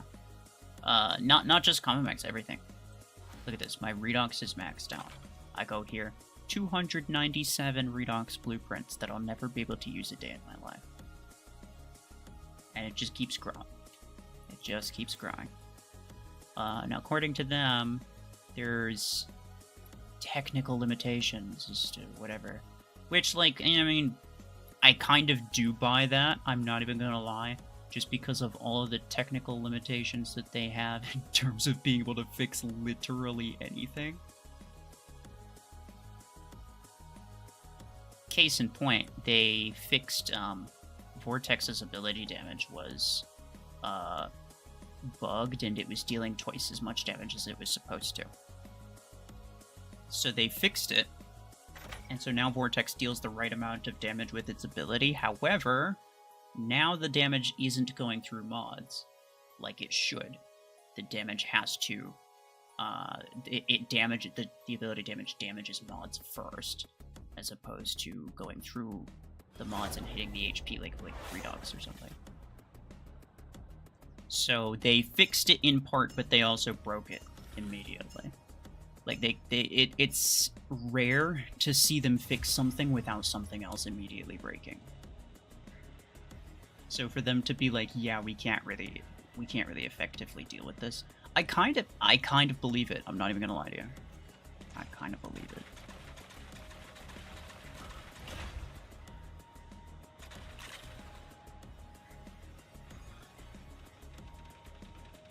Thick boy is always bugged. Oh yeah.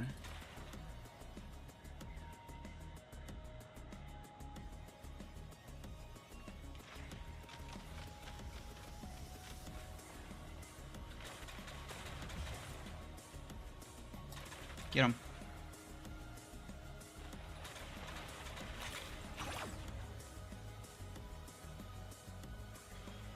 Look out.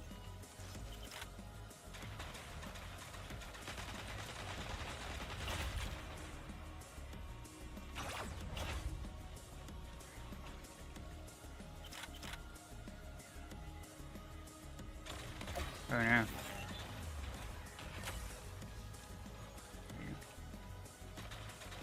I think I have the wrong implant on this pilot still. I should have put on Redox Radius. I think I still have Onyx Radius. Oopsie.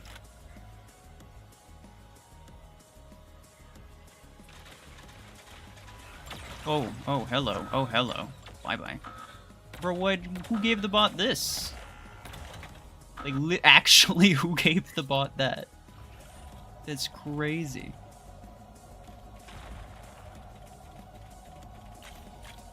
I don't approve. I do not approve. Don't spawn here, don't spawn here, don't spawn here.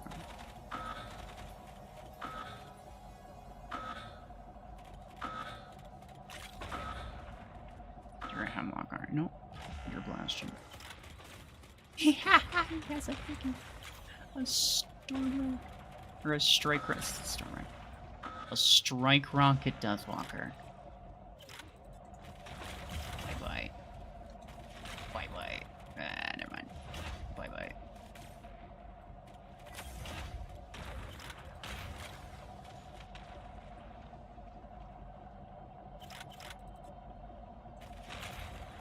Really?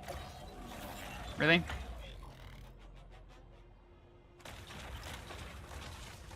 Nah, I'm dead, bro.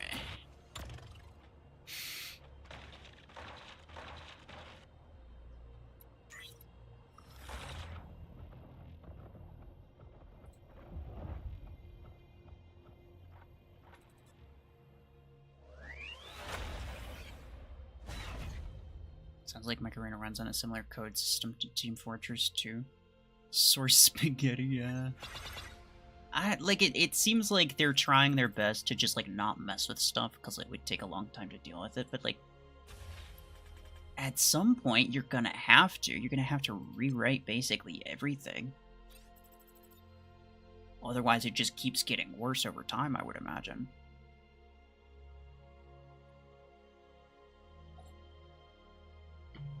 So, I don't know.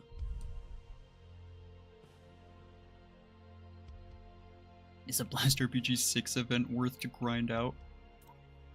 Blast RPG is a pretty bad weapon.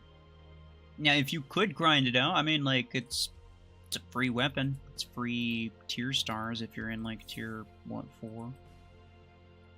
You get access, yeah, tier 4 has the legendary 6 energy weapons, yeah. You get a few stars toward tier 5. I mean, that'd be... It's free, but... Yeah, I wouldn't spend a bunch of time on that because it's really not worth it. And I definitely wouldn't spend any 8 coins or anything. I don't know if there's a spending task.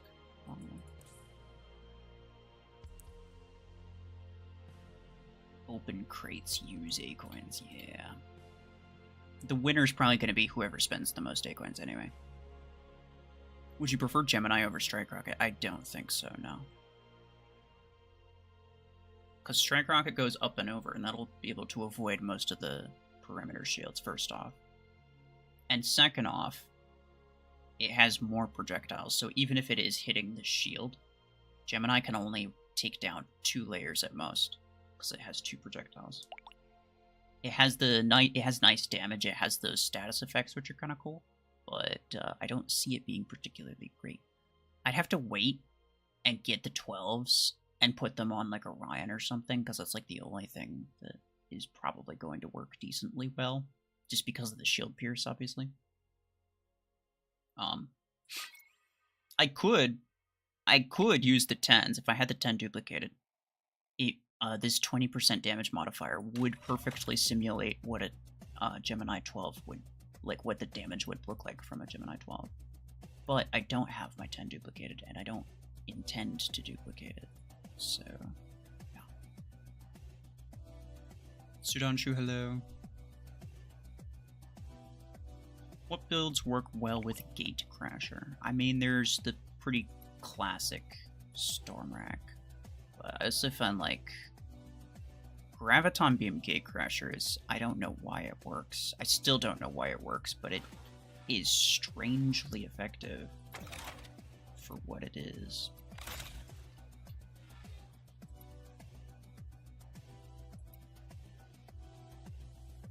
Like, if you're looking for something a little less meta. Still don't know what he's doing.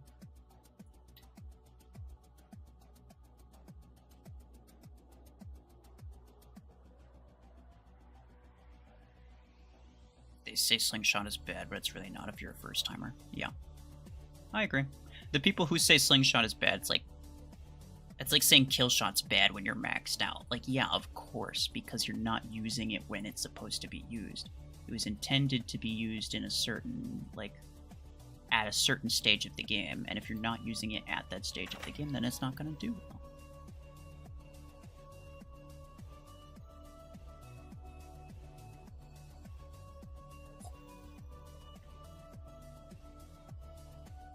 Which epic weapons would be most worth maxing out? I don't recommend maxing out most weapons, but if you're gonna max one out, definitely go with one that has a max perk. I think, off the top of my head, the only 2 that have that are Nade Launcher and Helix Track. I think Helix Track gets additional double damage chance, Nade launcher gets reduced reload time. I did actually max my nade 12s for that reason, by the way, and it's pretty decent. I do like it. Is nade is nade launcher worth maxing out? Not really, but if you're gonna max one, if you're dedicated to like doing that, definitely go with one that's actually gonna give you like extra value for being maxed. Get out of here.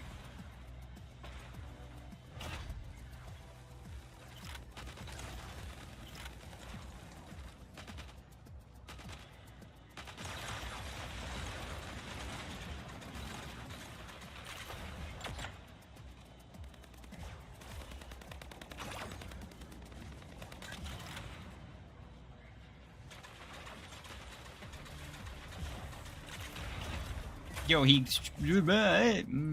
teleports to that guy, turns around, he just smacks me in the face. Okay. So a lion guard, yeah. Some of these guys have it.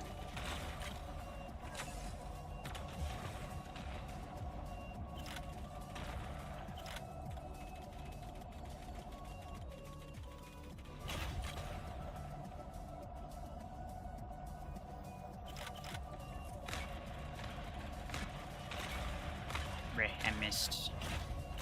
So sad. Base cooldown on this is pretty short though, so it doesn't really matter. Hey, let's go.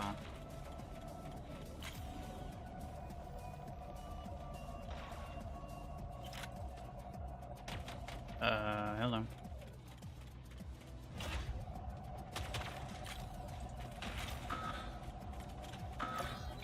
Please don't. Oh.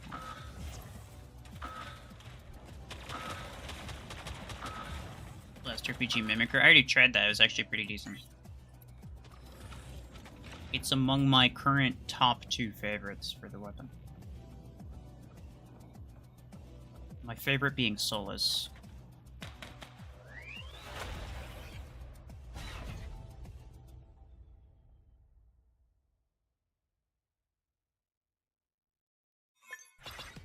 I do understand the up and over thing for Strike Rocket, although Gemini avoiding the roof and covers. True, that makes it better on some maps. There's really no... There's no CPC... I mostly play CPC, right? And there's no CPC maps that are, like, entirely enclosed to the point where Helix Tracker, Strike Rocket are largely ineffective. The most... Well, I guess the closest you get to that is, like, the... Oh, nice, this is the better one, too. The closest you get to that is, like, Smokestacks.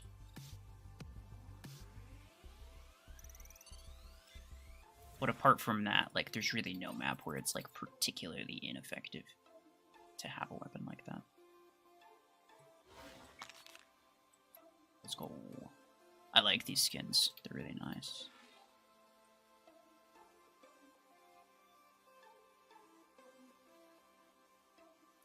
Why is Solus my favorite? I just think the ability pairs well with the weapon.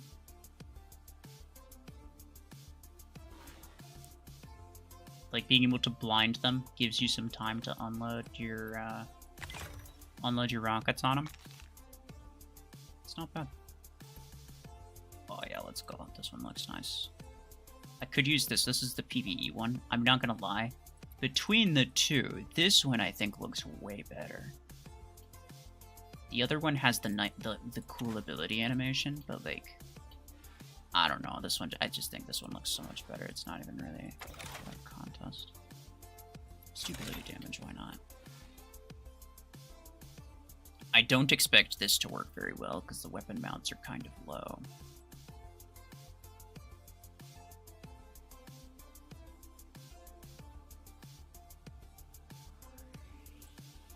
Okay.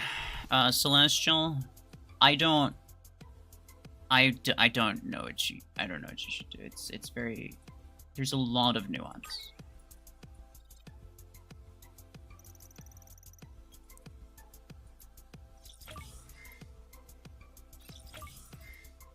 Unfortunately, the best choice that you can make in basically any regard.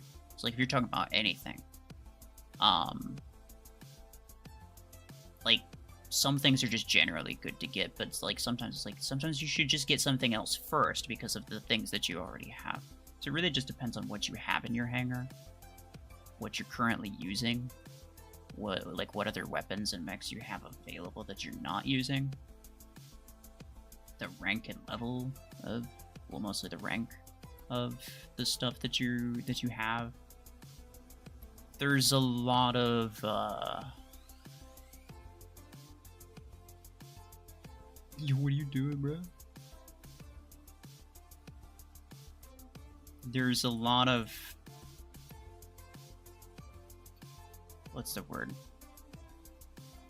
There's a lot of nuance to it. And I can tell you, like, which mech or weapon is generally better.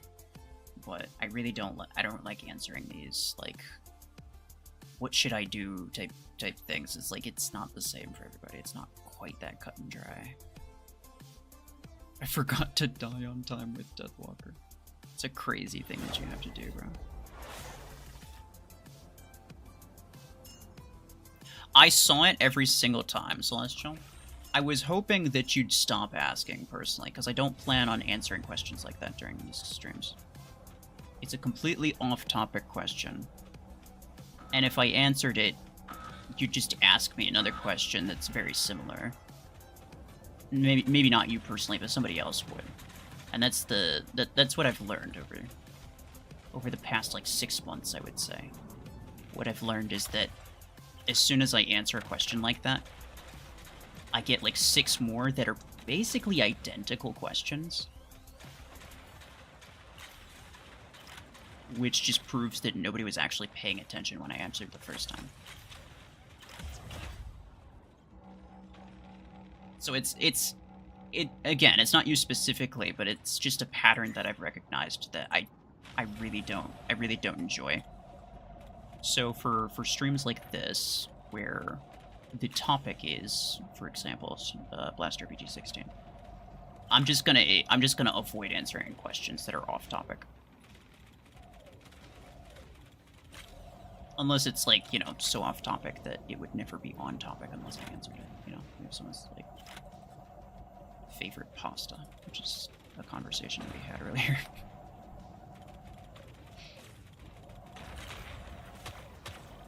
So, like, yeah. If you want to ask me during one of my free-to-play streams, I might be willing to answer you that, give you a better idea then. As well as, like, once a month I plan on... I've done it a couple times, but I plan on continuing it once a month to do, like, a Q&A stream, basically. You can ask me whatever you want. I'll give you the best answer that I can in the, you know, time frame that I have, obviously. Don't kill him. Oh, I might have been the one to kill him.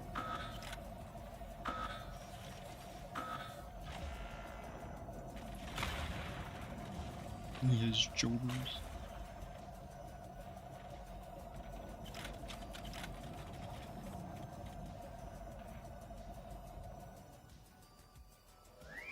Would a different shield be better? Wait. Perimeter multi-layer for Gatecrasher. I think so, yeah.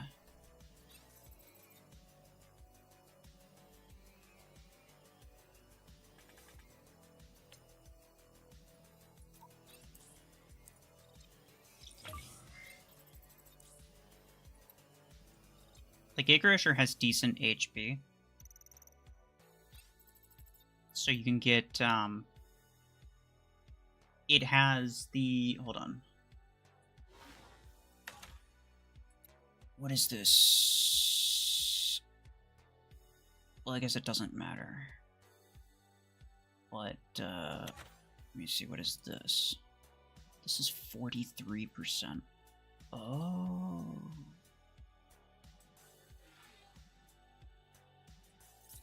But Gatecrasher is 49%. Gatecrasher is the highest HP mech to not be in the low mod stat group. which doesn't matter if you're using multilayer, but it is an interesting fact.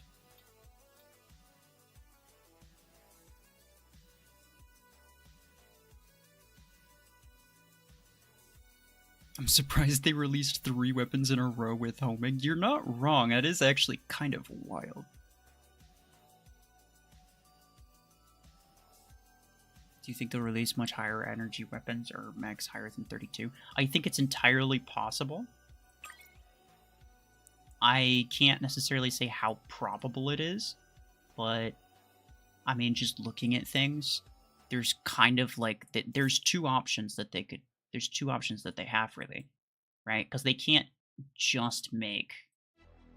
They have a lot of tier 9 mechs already. If they keep making more mechs, right?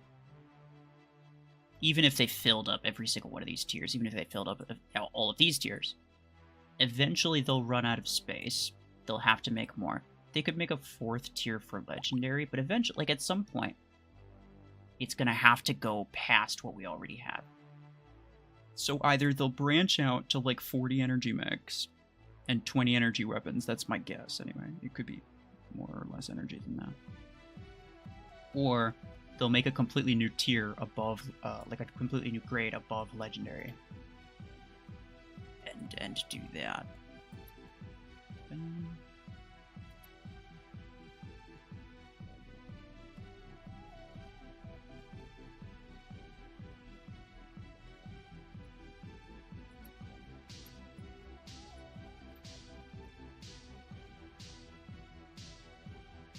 How would Revokers and Storms be nerfed in the future? I couldn't tell you. I don't know exactly what they're gonna do. I know what they would prefer to do. They would prefer to make a counter to them as opposed to just straight up nerfing them.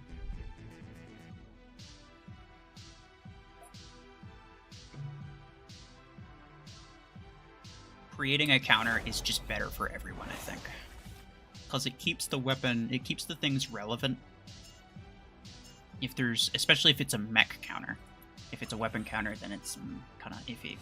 But if it's a mech counter, then that's only 1 mech per hanger that could possibly counter Revoker and or Stormrack, meaning that the weapons would still be very relevant, but there would be some downside in using them, which would encourage people to use different weapons as well. It would like alter the meta in a way that makes it slightly more interesting, slightly more complex, I guess you could say. And I think that's just like and as well as, you know, they get to sell a really powerful new mech. So it's just a good deal for everybody, honestly.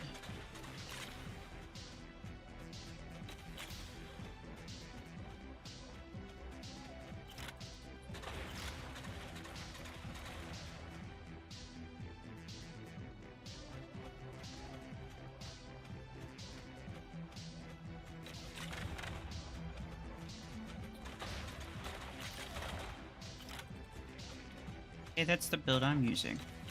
Stop that. That was my idea first. You know what? I'm gonna get him. I'm gonna go for it.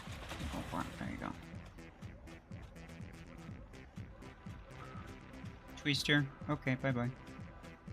Good luck. Oh, that might have been a bad idea.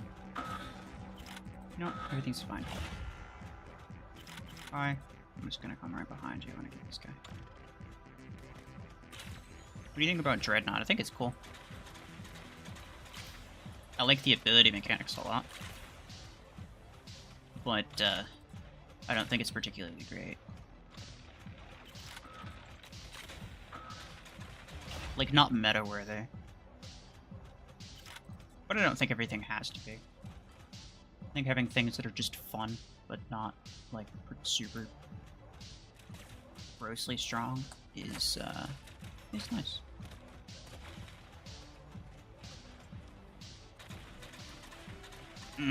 Yeah, see, here's the problem is I can't fire over that.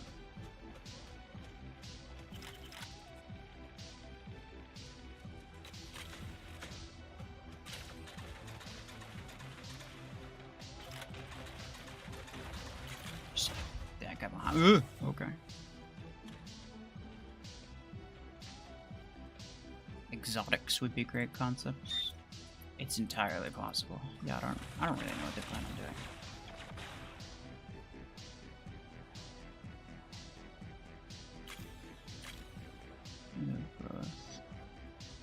Get to like here. Bye. Get over here.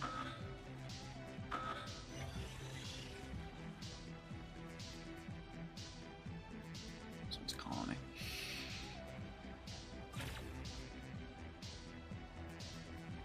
Deathwalker Surge Eclipse is something.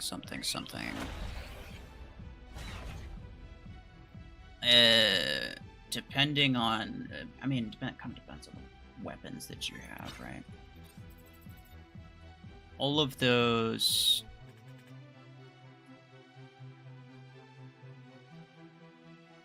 All of those are meta compatible. Like top players will, there's at least one person in most top teams, at least one person will have all of those. But yeah, in terms of which ones you should invest in, it's kind of up to you. It depends on like what you like using, what kind of weapons that you have, whether or not they pair well with the mechs and stuff like that. A new type of mechs with a new rule would be good to introduce in the game. I agree with that. I don't know what kind of rule they could make though. But I definitely agree, because like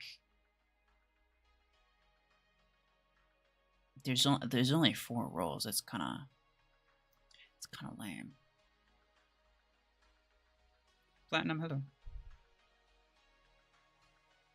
Is it boring if you're a pro and have all the mechs? Well, not for me. I can make like videos on stuff, and they come out with new stuff often enough to where it's it can remain rather interesting for quite a while.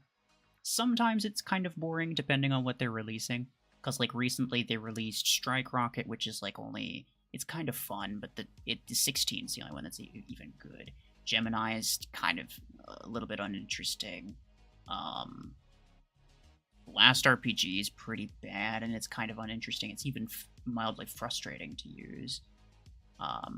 The weapon before that, I think, was Hellfire, and that one was a big disappointment. So, like, there's been a lot of kind of bad weapons in a row, so I've been a little bit less interested in doing stuff lately, but in general, it's pretty good. But I'm the type of person who likes to change my hanger a lot. If you're the type of person who likes to have like the top stuff and then just, try to make sure that you always win every match, so you're using like a lot of meta stuff, or you like to be like really competitive, then yeah, maybe it can get boring after a while because you're just using the same things. Cryoseeker, what a good sign to start with. Cryoseeker's not bad, bro. If they keep making mechs with stun and EMP abilities, soon both teams will be infinitely stun locked. Yeah, it's hard to play the game without an Eclipse these days. Like, it is wild. They need to add more mechs that have abilities that remove debuffs, or at least prevent debuffs. Sanji, hello. How's the new upgraded Voltaic RPG? It's about as good as Voltaic RPG. Actually, here's a good question. What is the damage per mag? 95,000-ish, 9,500-ish. And then, what am I looking for? Voltaic RPG at max. About twice the damage per shot. A little bit lower damage per mag. The fire rate, you can't use these fire rate numbers. These fire rate numbers are very wrong. I think it's roughly 1 shot per second on Voltaic RPG. And I think roughly 2 shots per second on Blast RPG. So if this has 4, then that means it's 4 seconds plus the reload speed of 7.5. So that's that's a cycle time of like 11.5 seconds versus Blast RPG, which is unload time of like 5 and reload time of 8, which is 13-second cycle time. So if you're not talking, like, disregarding the fact that Voltaic RPG has most of its damage piled into a single shot, which used to be really good but is actually kind of bad with multi-layered mods. This means that a full mag dump of a Voltaic RPG can only down 4 layers as opposed to Blast RPG, which could down 10 layers. But disregarding mods entirely, I think the average DPS of Voltaic RPG is actually higher than Blast RPG. And that is a wild fact to consider. Do you play Mech Wars? I used to. I actually really enjoyed it, but the fact that it, like, you can only play it on mobile, you can't play it on PC is kind of irritating to me. I'm sort of considering getting an Android emulator, but the last time I tried that, I did not enjoy it at all. So, who knows? 6 acorns, let's go.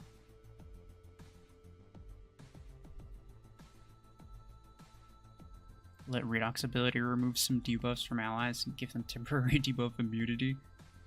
That works on more debuffs the higher the rank, like Redeemer. That'd be cool. Or like Brickhouse, bro. Brickhouse is a literal support. It is absolute dog water, and it has an AoE ability that, like, goes over a certain period of time. Have it boost ally damage while also preventing debuffs. It wouldn't remove them. It's like Eclipse. It doesn't actually remove debuffs. It just prevents new ones from being added. It'd be the perfect buff, bro. But I don't think they're gonna do it. 'Cause they're lame like that.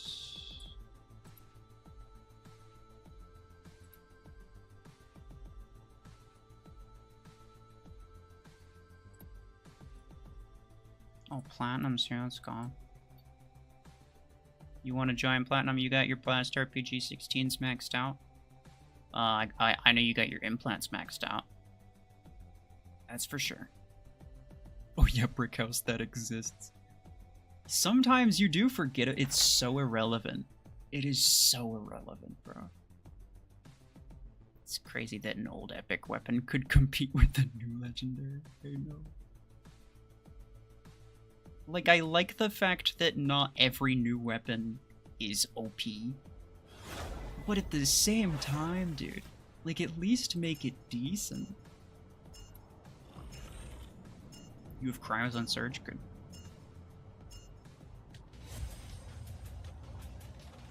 What are your thoughts on Steel Hunters, the new game? I've never played it. There was a playtest, an open playtest, and my laptop was too crappy to be able to run it. I downloaded the game, I tried to finish the tutorial, but it was unplayable. Like, there's way too much lag and stuff. I've seen a little bit of gameplay. Brother, what was that? Yeah, what's, Oh, that's why. You know why? It's because I'm right here. I'm trying to target this guy. But my cursor's actually not on the mech, it's on this box thing here. And because it's on the box thing, it's just firing, it's trying to shoot at the corner, but it's missing and going way away. Hopefully you understand what I mean by that. If not, that was a lot of wasted words. Ow.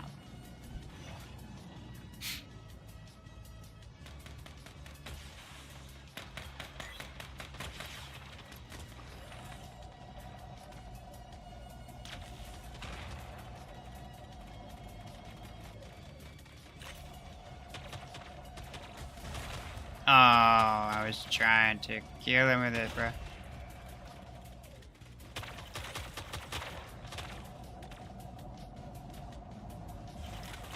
Oh, we just got destroyed, bro.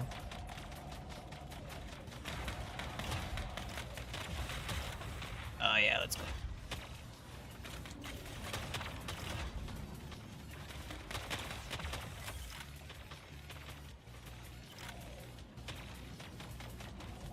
Haha, I got him with that. That's kind of funny. Bye-bye.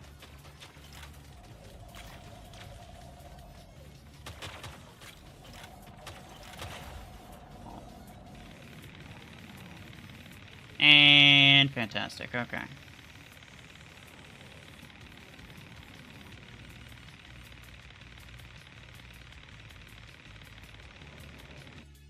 Sure do love me some Mech Arena. It just doesn't love me back. Make support mechs that actually provide support. Bro. It's wild. Yeah, Salver was a great start. There's at least 3 different interesting ways to make a healer mech. The fact that there's only one that's even usable right now is crazy.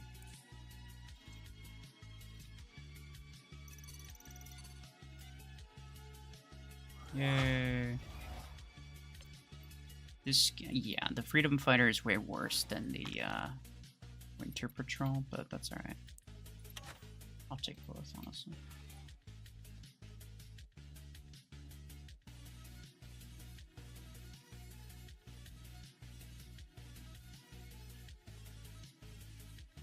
The hit cone on these things is just so irritating to even watch. Yeah, for real. Changing your aiming mode to like the vertical, like what people would use during the disc launcher meta, it does actually help.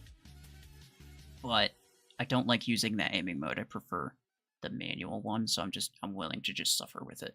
As well as the fact that I kind of want to see if the homing could be useful to some degree. I think maybe it could. Because if your goal is to use it like a Stormrag, then it's guaranteed to be worse than Stormrag. So I want to try to use it with the homing to kind of help me. And maybe that'd be better. The homing does help in certain situations, but you kind of gotta get used to it. Late swing or Hemlock? Late swing's better in general.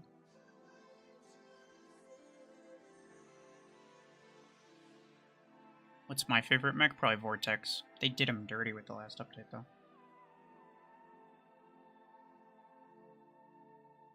Imagine flying type mechs introduced. Arena. Oh, yeah.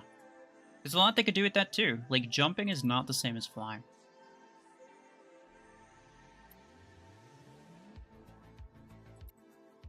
I think flying would be really cool.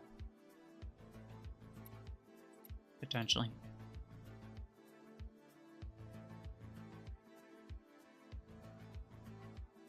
Like a legendary Arachnus with like 5 turrets you can drop, you cowards. For real, dude. Each one applies a different status effect. Dude, it'd be great.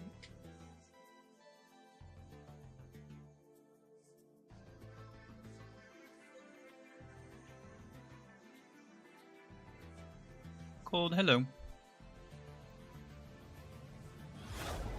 I fear some maps may have been made without flying in mind. Well, it would have the same... like, it would have the same, height. Like, you couldn't get higher. I'm thinking, like, you know how flying mechs are in, War Robots, right? You just kind of, like, elevate to a certain position, and then... Bruh. Am I not good enough for you? Is that it? Okay. Like, you lift up and then you just kind of float in the air for a bit until your ability duration wears off. And that's probably the way that they would do it. If we're talking just, like, straight up planes, like, flying where you could just go wherever you want in the sky, that would be ridiculous. I wouldn't want that.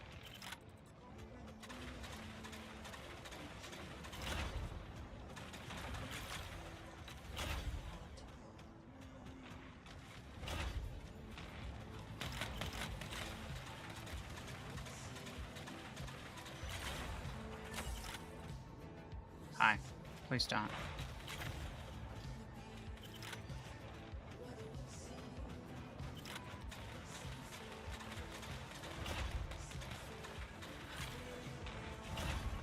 No. No, don't do it. Okay.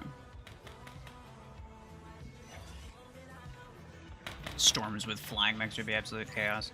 It would encourage people to stop using Star Mech so much. Like a flying, you know how quickly a flying mech would die to literally anything that has like beams. It would die so quickly to like graviton beams, so quickly to like strike rocket, pod gun. Anything that could accurately hit something in the sky that's moving. There's quite a few weapons that could do it. It would die so quickly to those things. So yeah, it would be OP in the current meta, but like you just have to, it would force the meta to change a little bit. That's kind of why I like the idea.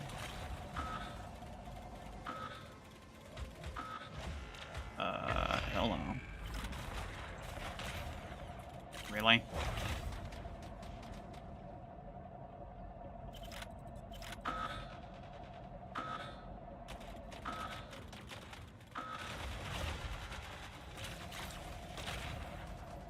Get him.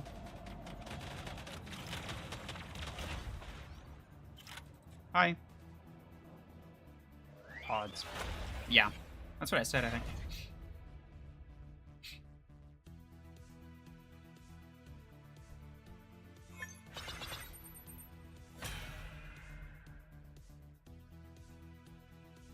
They gave mechs the ability to change the landscape. So, like, basically an ability that creates a wall, but it would be permanent. There's a lot of ways that you could break the game with that, I think.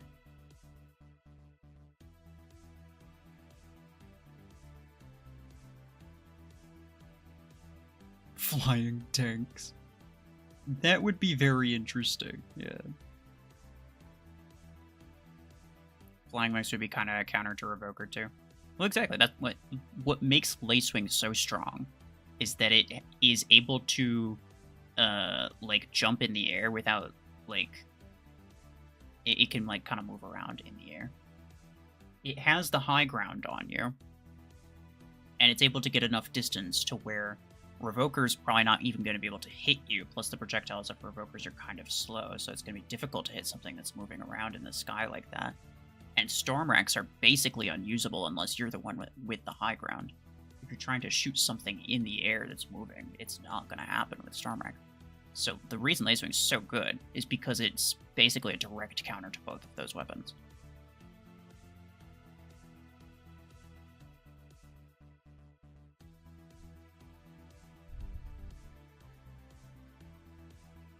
Pineapple, hello.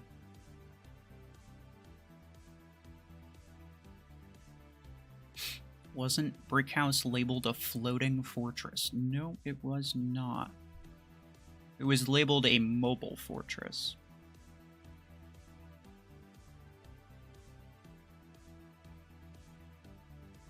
High ground. Anakin. What would a flying bastion do? Get hit from above and below too. I mean, if it's slow, then yeah, it's gonna get hit pretty quickly, but my point is that a flying mech would be really hard to hit with the current like Stormwreck Revoker combos. So it encouraged people to use more of other stuff that would kill them really quickly. So it's not like those mechs would just be like straight up OP and there's no counter to it. There would be plenty of things that would kill it really quickly. And as well as that, if you're flying in the air, you pretty much by default have like zero cover. So it's pretty hard to take cover while you're flying. Obviously, the flying would, it'd provide you certain buffs as well. Probably it'd make you really hard to hit with certain weapons that maybe give you like a damage boost, something like that. There'd be some point to the ability. Now, the only thing that I could think of that would actually make it OP would be stealth.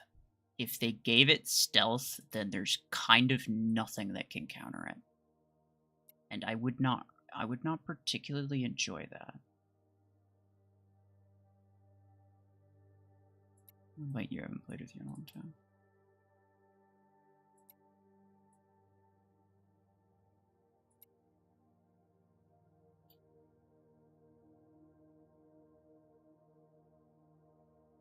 Yeah, the mods could be skipped from below. But also, like, what I mean is, like, you know, when you're in the air, you're basically out in the open, but there's no, like, you're not on the ground and you're not really close. Since you're not close, it's gonna be hard for Revoker to hit you. Since you're not on the ground, it's gonna be hard for Stormwreck to use the AoE. But you're basically out in the open, so anything like Graviton Beam with a decent, like a good DPS and like aim assist, anything like that is gonna absolutely rinse you. Minigun Cheeto, I like that. Give what stealth? They didn't give anything stealth. We're talking about a theoretical mech idea. But yeah, if they made a flying mech and they gave it stealth, that would be super broken, and I don't think there's much that anyone could do about it. So maybe it is worth staying away from that idea. Because there's like I don't know, I'd say like a 50-50 chance that they give it stealth if they make a flying mech. There's a pretty high chance that they give it stealth, because it's like, what else are you going to give it, to be honest?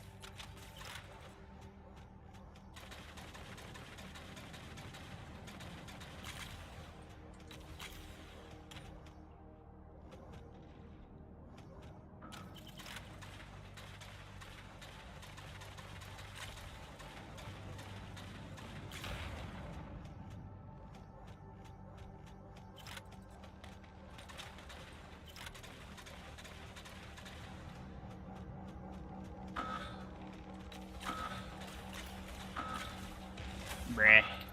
Nah, I'm dead, but at least I got it.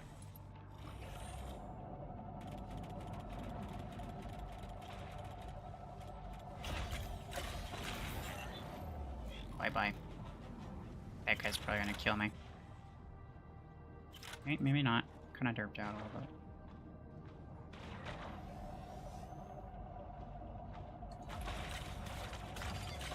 Oh, right. You crashed. This poor man. He has a railgun bastion. There's no recovery.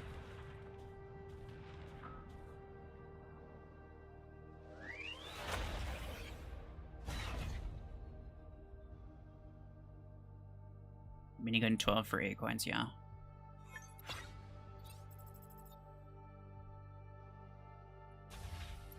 If they gave it stealth, there would be ways to, like, there would be theoretical ways to balance it. You just make it, like, really weak in terms of HP or something like that. But, like, being realistic, you know, what they would probably do is they'd probably give it stealth, a damage boost, and at least 24 energy, along with, like, a somewhat moderate HP pool. So being realistic, that's probably what they would do. And the stealth would kind of ruin it, I'm not gonna lie.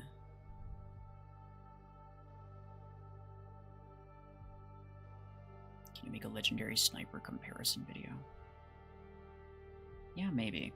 I don't really like comparing, like, missile weapons, guided weapons, sniper weapons. Just because, like, a lot of them have different pros and cons that I can't really... They're hard to really highlight in the comparisons themselves. But, yeah, maybe.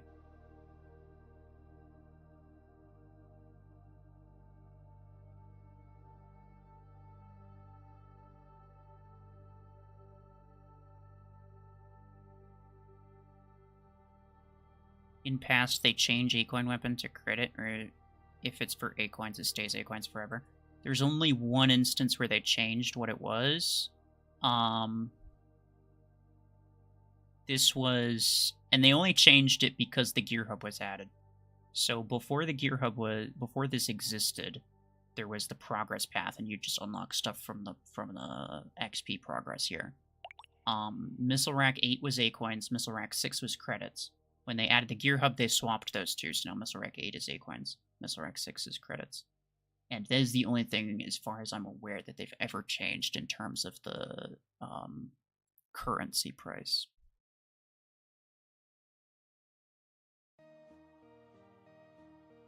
Podgun 10 was in A coins, but now it's in credits. Oh, really? I didn't know that.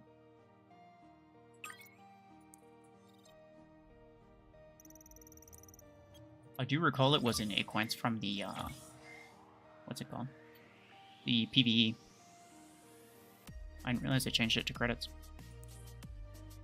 Well, they might... Hold on. When was it added? It might still be in the... news. It is not. I don't think it's in the inbox now. I wanted to see if I could check. But yeah, you're probably right. Wasn't Missile Rack 8 credits too? No. Wait. As in before the gear... Yeah. I mean, what I just said was that Missile Rack 8 was credits. Missile Rack 6 was A coins. And then they swapped it when they added everything to the gear hub. They swapped it, so now the 8 is A coins, 6 is credits. That was the thing that I said. And then cold was like the Podgun 10 was in A coins.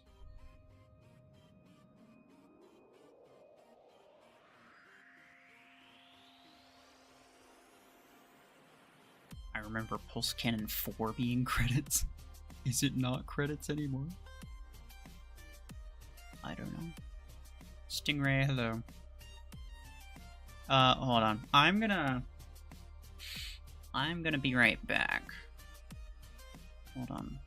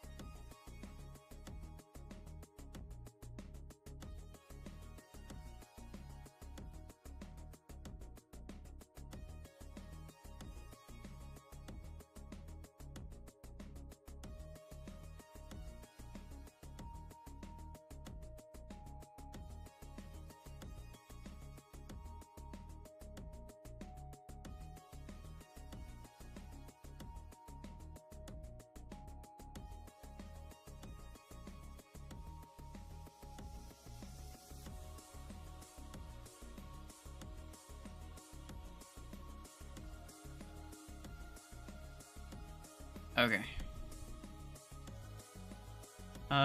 Pulse cannon for 600 acorns or something. I could check.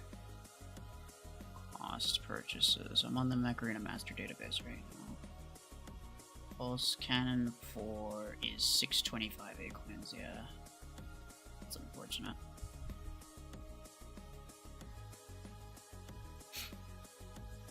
I don't know what it was before the Gear Hub. Mr. X6 was credits still? No.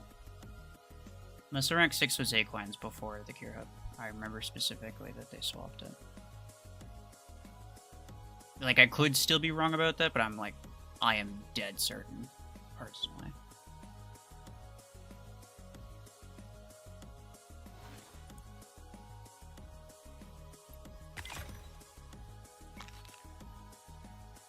Yeah, sure.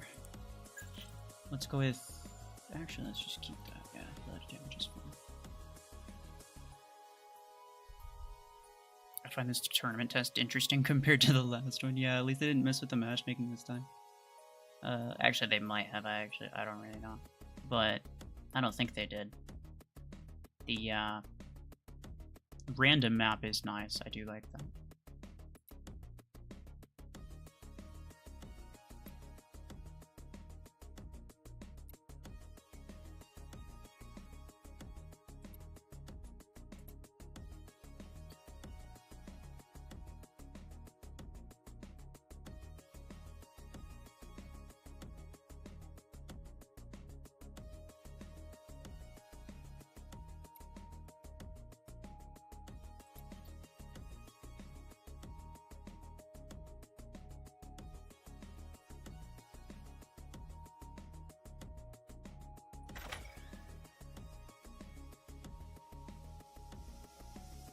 Actually, how long have I been going for?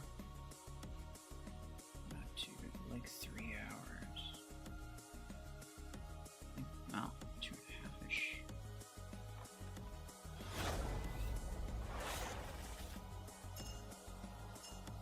We haven't fought a full team of players yet, have we? I really like this tournament so far. Matchmaking has felt a bit better too. Oh, nice. Haven't seen as many tankers. That's good.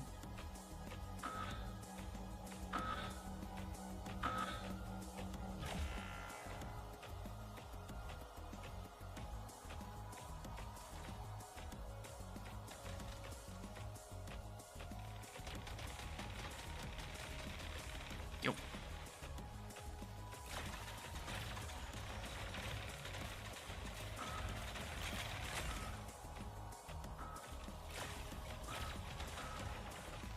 Oh, nah, I'm screwed, bro. And there's a freaking Seeker on me as well. Yeah, goodbye. Literally, my game crashed right after that. It's crazy.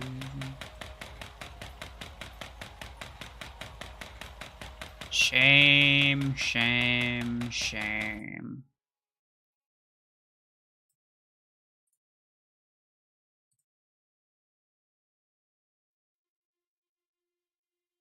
You tried nades on the new Mech yet? I don't think so. I tried cryo nades. They were actually really good.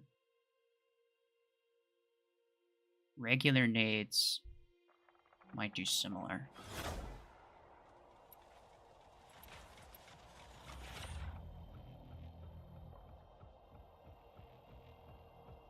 Oh, my dude's just a ghost. Just stand there.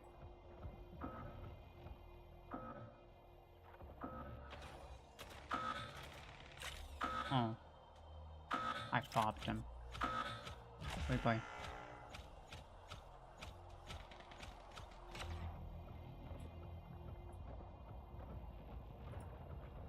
What, really?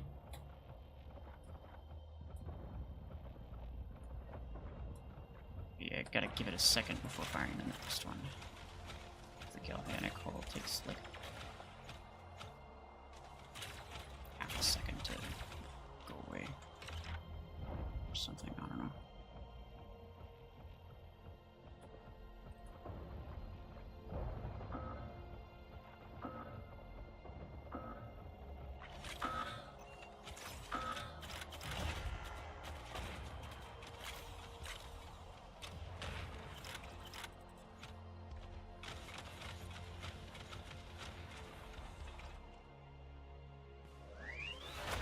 How many hours has passed? It's been less than 3. It's like 2.5. It's okay. I'm probably gonna stop soon because, yeah, the game crashes have been getting slightly more frequent, which isn't like. As well as I think I've tried most of the mechs that I'd even be interested in trying. Like, Gatecrasher performed pretty much how I expected it to. Same with Scorpius, same with Onyx. Same with Outlaw. I don't think I tried it on Silver yet. Deathfucker was mid. I don't think I tried it on Blockhorn yet. Somebody had been pestering me about Guardian, so like I might as well do that now. It would need to be one with blue lights. I'll do this one.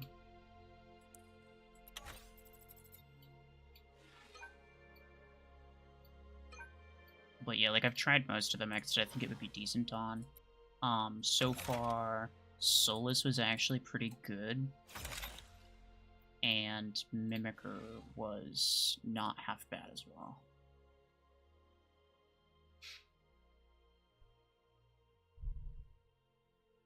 Other than Surge, what mechs do you think can make carbines work?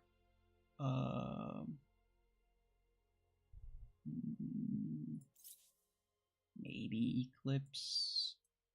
I guess so. Anything that does decent with Arc Torrent would probably also do decent with Carbine, because Carbine's basically got the same DPS as Arc Torrent, so like slightly more. And it's got slightly better max range as well.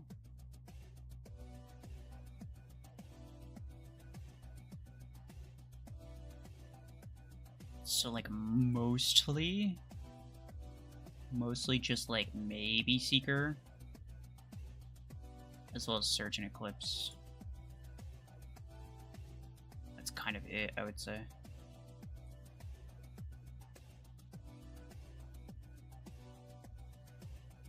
Did Plarium say anything about when they're gonna fix the game freezing? No. I have not heard anything back about that.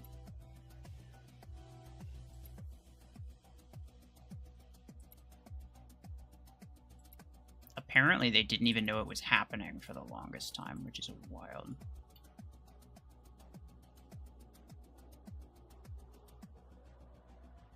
Which weapon do you think is the best sniper weapon so far? Well, there's 2 criteria for that. There's the best sniper on Orion, which is the best sniper mech, and then there's the best sniper that's not on Orion. If you're using Orion, then I would say Railgun.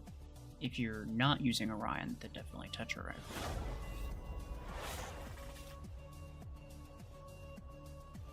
Oh, let's go. This is the first time we fought players.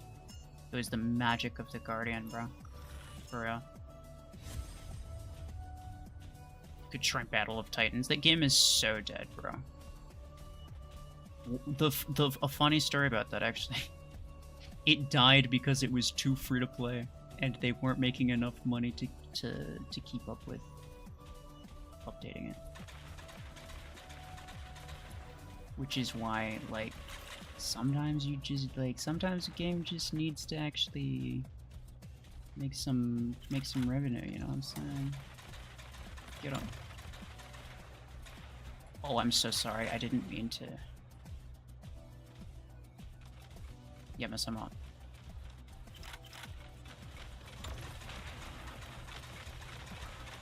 Oh, he just got freaking blast RPG'd in the face, bro. He's got macros and everything, too. Cause he's quick. His name is Crash Dad. I did, bro. I literally did multiple times.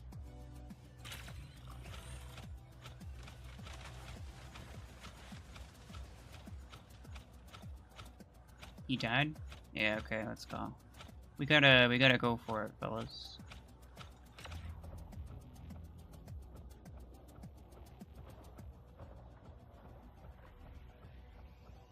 That's some good damage.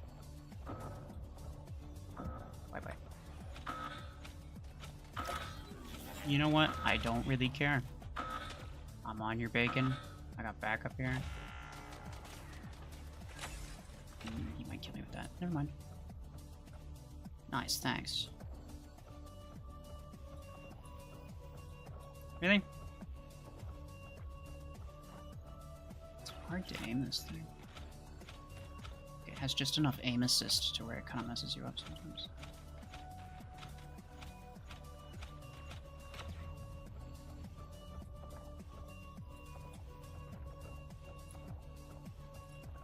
Damn, bro.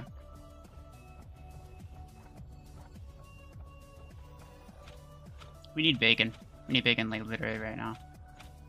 Go for center. I'll go for not center. They're literally all on D.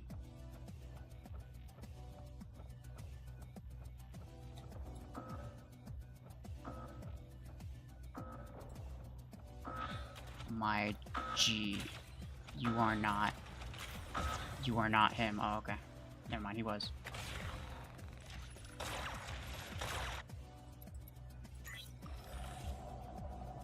Take that. So screwed, brother. Dude, guys, let's go. Let's go. We got it. We can do this. He's right there. He's got arc. He's got arc.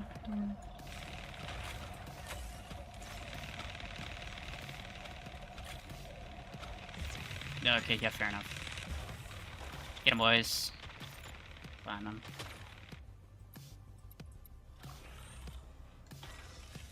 Bye-bye. Kill shot in my magic garbage. Let's go. Let's go. Bro, they were that was rough in the beginning.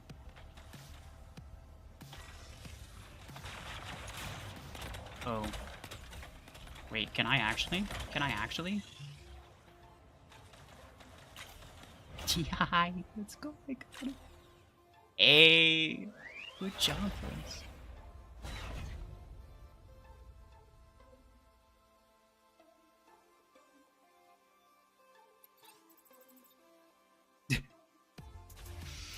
I look over at my stream. Okay. Nade 10 Cheetah MVP. Best MVP I've seen all week. And it wasn't from beacons either. There was 0 beacons involved with that MVP. So you know it was purely kills and damage. And that is fantastic.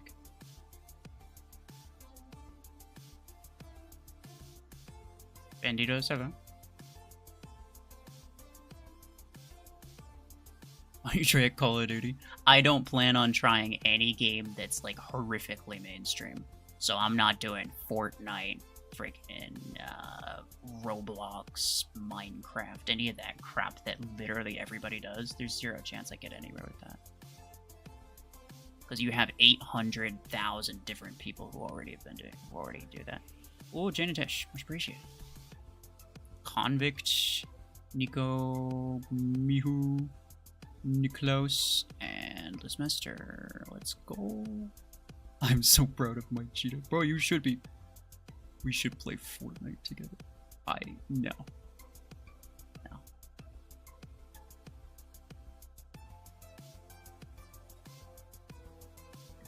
I have never played Fortnite, and I don't really intend to.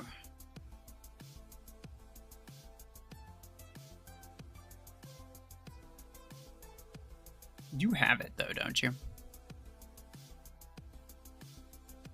Like it's mildly tempting just because like we'd both be playing it as opposed to just me playing it by myself. But even still, I don't know about that one, Chief.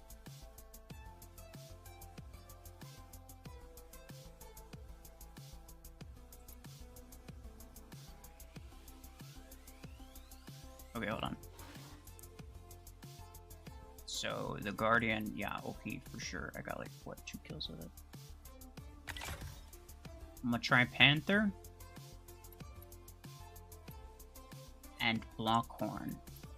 I'm not even gonna bother with Silver, I'm not gonna lie. I'm gonna try Panther and Blockhorn and that's it. And then I'm gonna call it a day.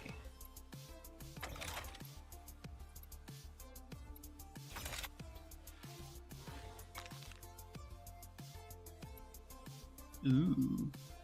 Oh, that's very angular, and the blue matches the blue. That's just nice. Looks nice. I do like this skin as well. It's very cool.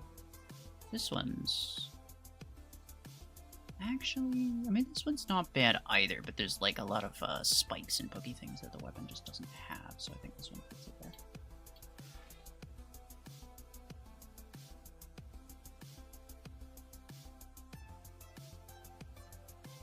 Play famous games, it can change your... Okay, this is what every starting YouTuber thinks.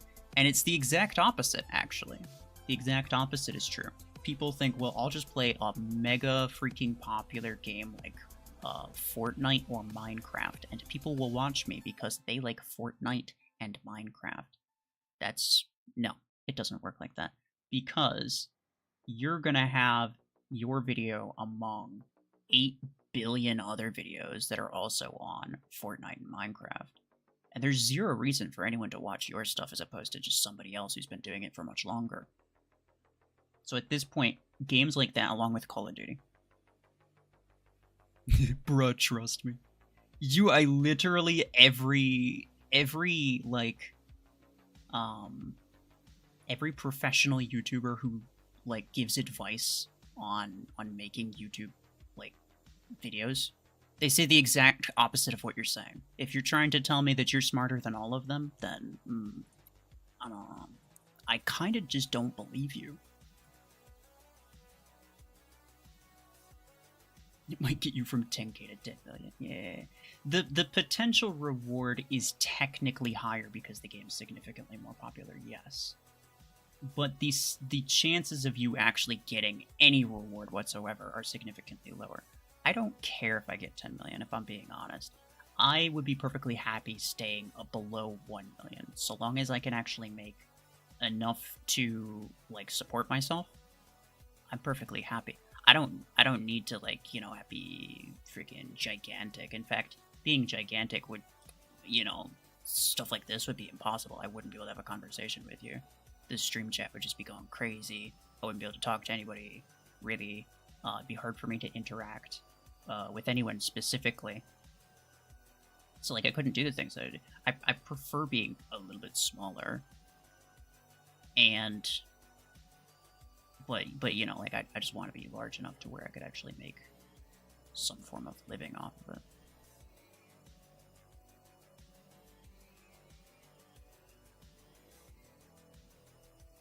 My dude talking like he knows everything, and because I'm not rich means that his advice is the best advice above all of the people who are actual professionals in the field and to tell me otherwise.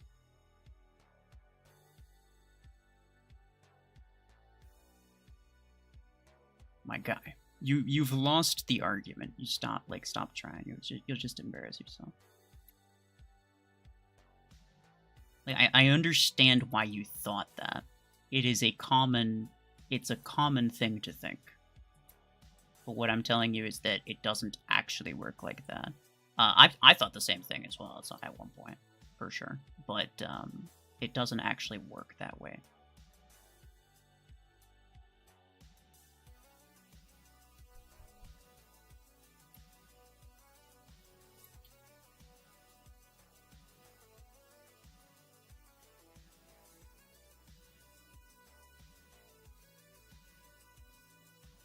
Dragon XLO.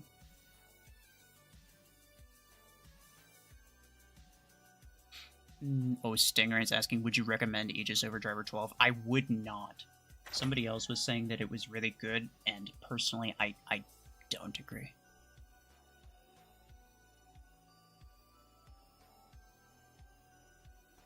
Don't tell me to chill, bro.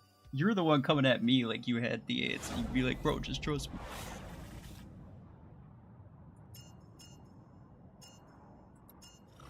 Don't tell me to chill.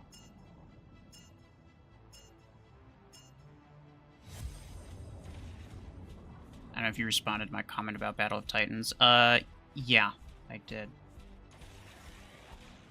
It was a great game until it died. It's a completely dead game now. Nobody plays it. And even if they did, the game receives no updates. So it's just going to become super boring after not too long. And the reason is actually because the game was too free to play. They didn't make enough money off of it.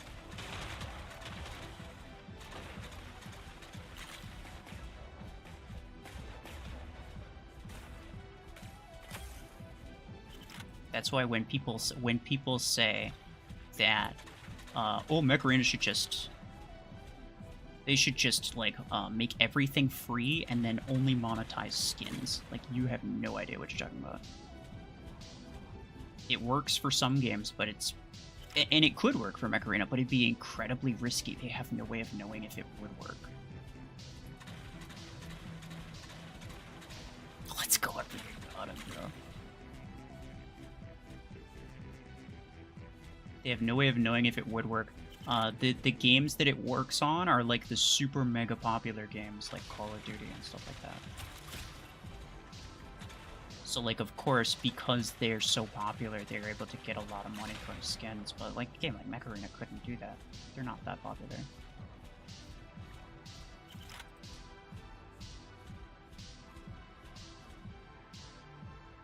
Well, I shouldn't say couldn't. Because like I said, it is possible, but it'd be incredibly risky.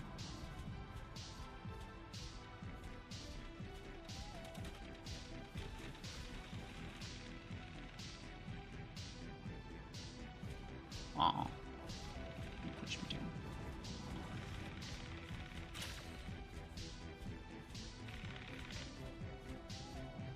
Wow.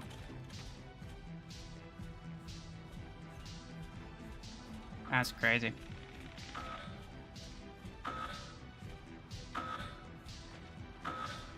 Hold on. There you go.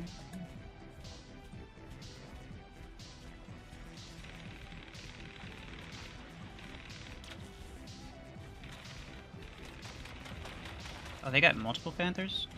Since when? Wow, that was unfortunate.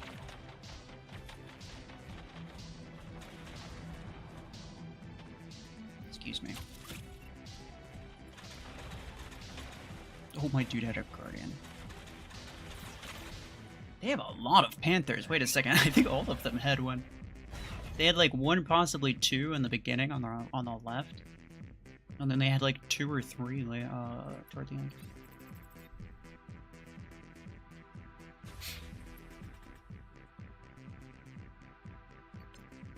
Podgun 8 on Orion is greater. I tried it.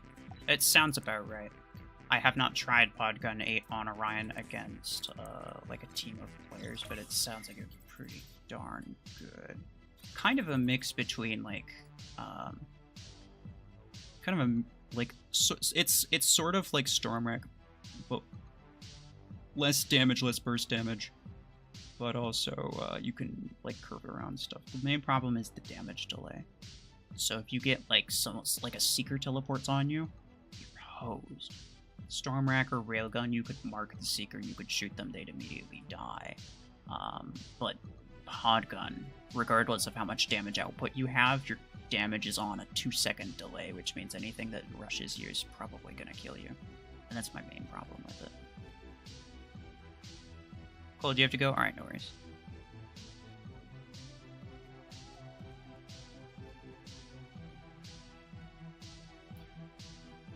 Revokers for in-game currency when? Probably not for another 3 to 4 months.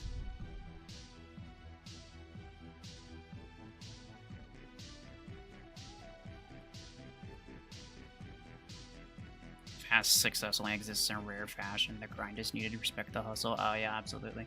Especially like, I mean, a lot of these people that you talk, like that you look at, you're looking at people who have like, I don't know, 5-10 million subscribers, even just like 1 million subscribers. Anybody that you subscribe to who makes a living off of it, most of the time, like they've all been at it for like 5+ years. Pretty much all of them. There are some cases where it's like somebody just like absolutely blows up, but it's probably not going to happen unless you're playing like a super popular game, which, yeah, like I said, that one, who was it? Ishan, yeah. He was talking about playing more popular games. Makes it, like, it's more possible to get to, like, the really big numbers really quickly. And yes, this is true, but there's basically a 0% chance. Like, I'd have to be, like, one of the luckiest people in the world. And maybe you hear about people like that who are shooting up like that. Maybe you hear about those kinds of people a lot. But, like, for all of the, you know, one person that you hear about it, like, you hear about, yeah, let's say, like, one person a month. And I'm being maybe a little bit generous here. One person a month shoots up like that. You know how many people start YouTube channels and create YouTube videos like every month? Like millions of people.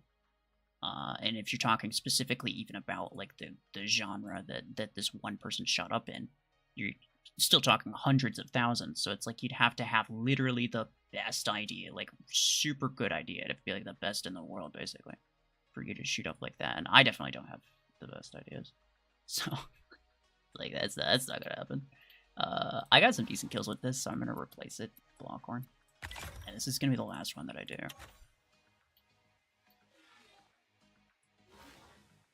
I like this skin a lot. I'll go with Winter Patrol. I don't know. I don't have any Blockhorn skins with blue lights, which kind of irritates me. So I'll just keep this one.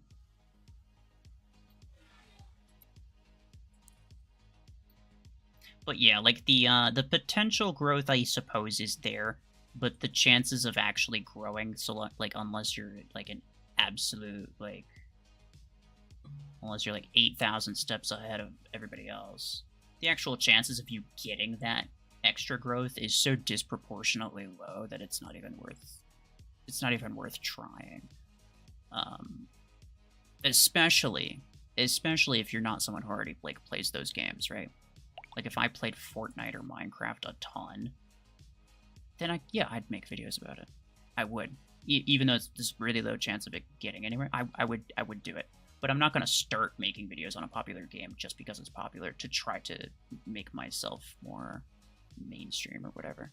It's not likely to benefit me in any way. My username is J for James Nightshade.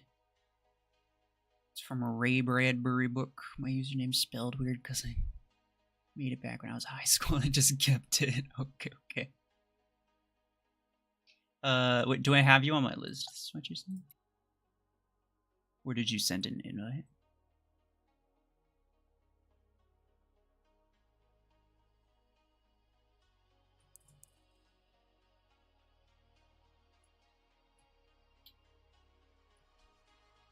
I don't know if that's in response to something else.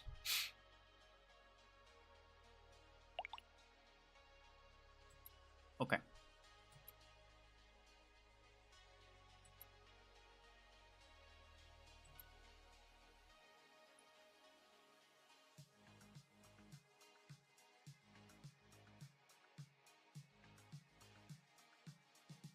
I can invite royalty. But I don't, he's probably not here. Why don't I just go at 4? I'm way too low speed for this guy. Okay, fair enough. I don't mind adding channel members on my list, though.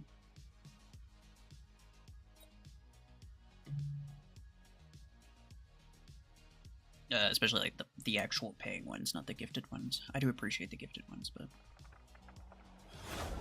I'd have to like keep adding and removing people every month, and that would be weird. But anyway, I mean, I still got lots of space on Facebook and Plarium Play as well. It's up to you if you want to join like a stream like this, even if you're low SP. You're the one that's gonna be struggling, right? There's this new game called Armor Attack on mobile. You could try it.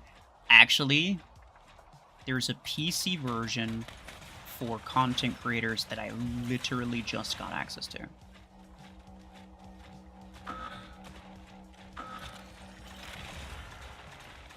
Like right before streaming, I downloaded it, type of thing. So I'm going to be playing that later.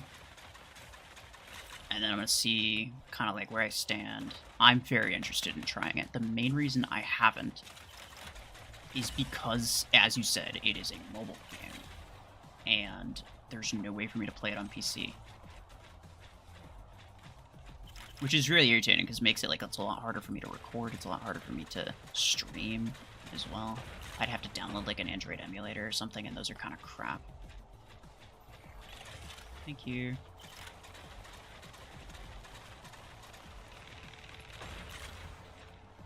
The weapon mounts are so low on Lockhorn. That's something you really don't want with a missile weapon.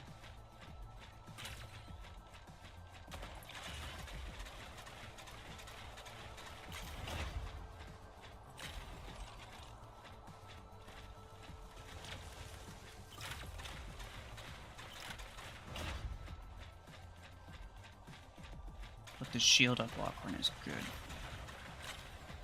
So I am not hating this build, honestly. Oh, hello. Oh, yeah. No, Disruptor. Back up.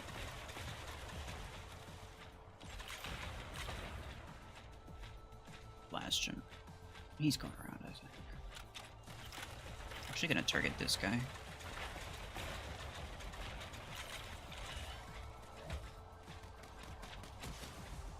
Please do. Yeah, wanted to pop that Bastion before he got to me. Which I did, but I don't know if it's gonna matter. Oh, let's go, let's go, let's go. Hey. My guy, it's... Nah, I'm screwed. Oh, there's... Okay, fair.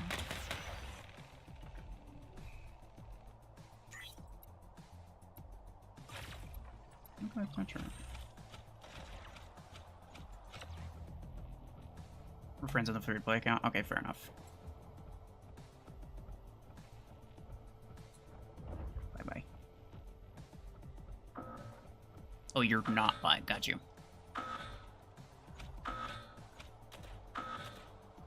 It's good to know who is who.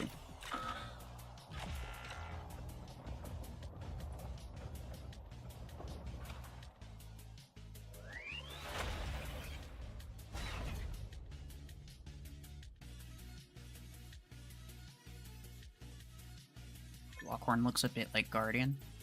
I can kind of see that, yeah.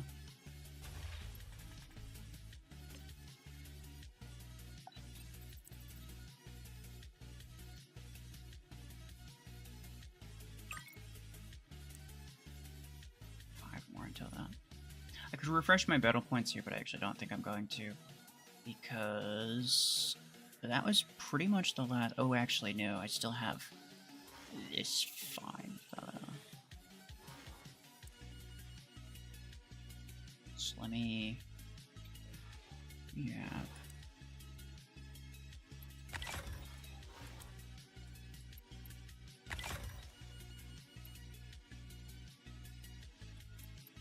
Did I try and Solus? I probably did. Did I try to Mimicker? Strength 16 on Mimicker I think would be kind of decent, but I don't remember if I tried that. Okay. So, yeah, I lied. There's one more. I got one more anyway. I don't have an implant for the last thing. Which means, sure, I will refresh this. If you ever branch out to other mech-based games, I hope you consider MechWarrior 5 online if you prefer PvP. Or online if you prefer PvP. I did kind of consider MechWarrior online. Do people still play that? Like, how dead is it? Because that's a really old game, isn't it? That's kind of my only... It's the only thing that's making me hesitant. MechWarrior 5, I'm gonna be honest, I don't... Like, I am not particularly interested in it, because I'm a PvP person. I like to play... I don't really like story-type games, because it's just like...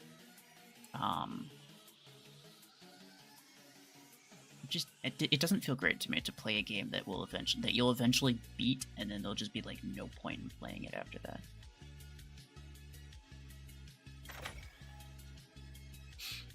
The servers are still active. Well, the servers being still active does not mean that there's actually active players, or at least very many active players.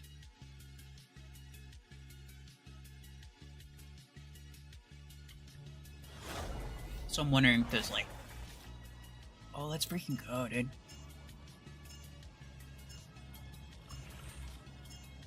I'm gonna go left. Some of you guys are gonna need to go right. I'm not gonna lie. Oh, wait. Where's the Aegis going? Maybe I don't want to go left. I think I'll go with the Aegis. Platinum's got that. He's easy search.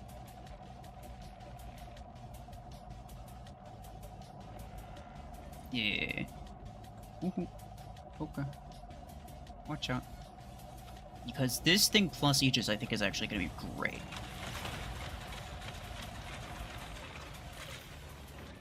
Get him, let's go, bro. Let's go. One layer in a dream. My brother. Oh. Oh, no. Wait. Did I... nah. It's Jover. It's so Jover, bro.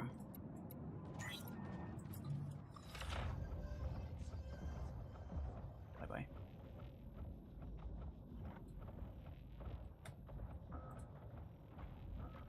What's he got? He still has... Oh my goodness, dude.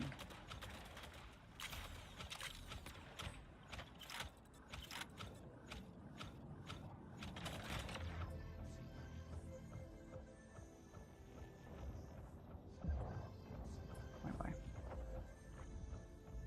3, 2... Ah! Nope. I probably shouldn't have spawned the Eclipse there, but it was kind of a last-ditch effort to kill all of them.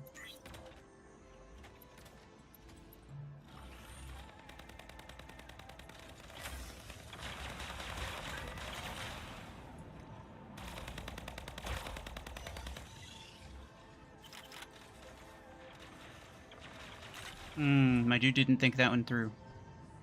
I was trying to time him out, and and he freaking bum rushed me after being timed out. Get it, get it, get it. Let's go.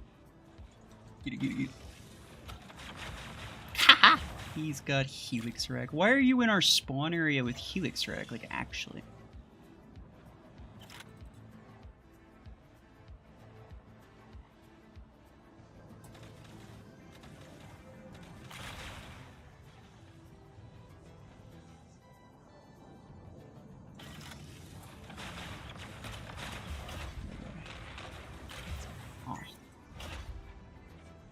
Oh no, we're losing. Bruh, I think it's just joking for us, to be honest with you.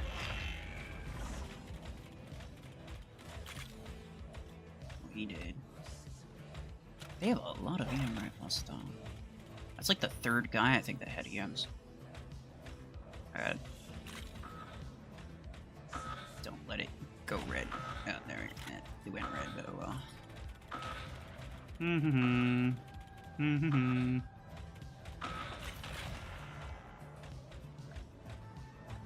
Oh, it's a guardian. Bye-bye.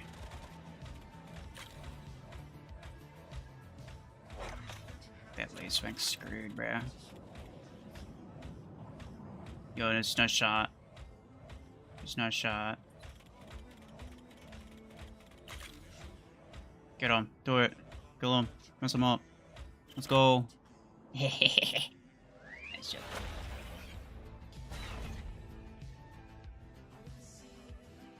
Kill shot MVP, disgraceful.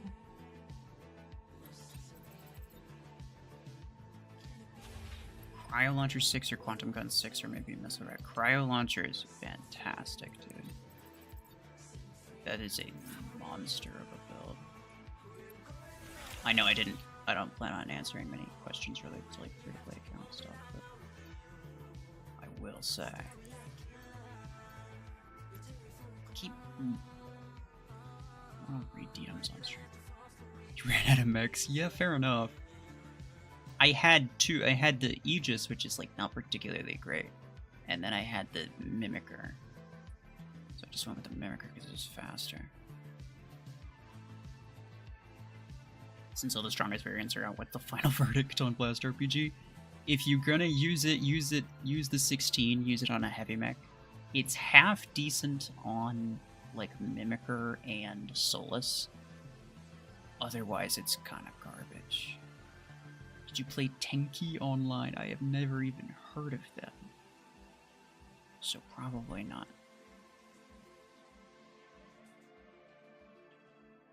I think Strike Rocket is dangerous to Bastion. Strike Rocket's pretty good. But most meta mechs are not going to be able to deal with it, or like it's going to be very ineffective against most meta mechs.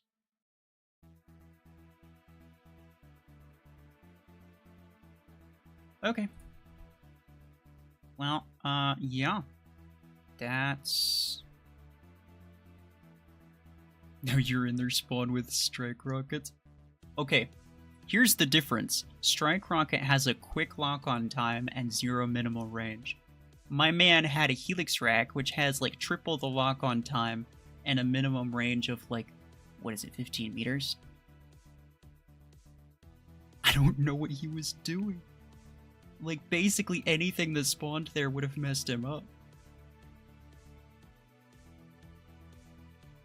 Phantom, you gotta go? Alright, no worries. I'm about to stop anyway. Frankenstein, I am sorry. You came in, like, literally right at the end. Alright, so yeah, final verdict before we go. Strike Rocket, Blast RPG 16, not particularly good. If you have it, I would recommend using it on Solus. It's half decent on Mimicker as well. And that's about it. Otherwise, yeah. Appreciate y'all for stopping by. Take care.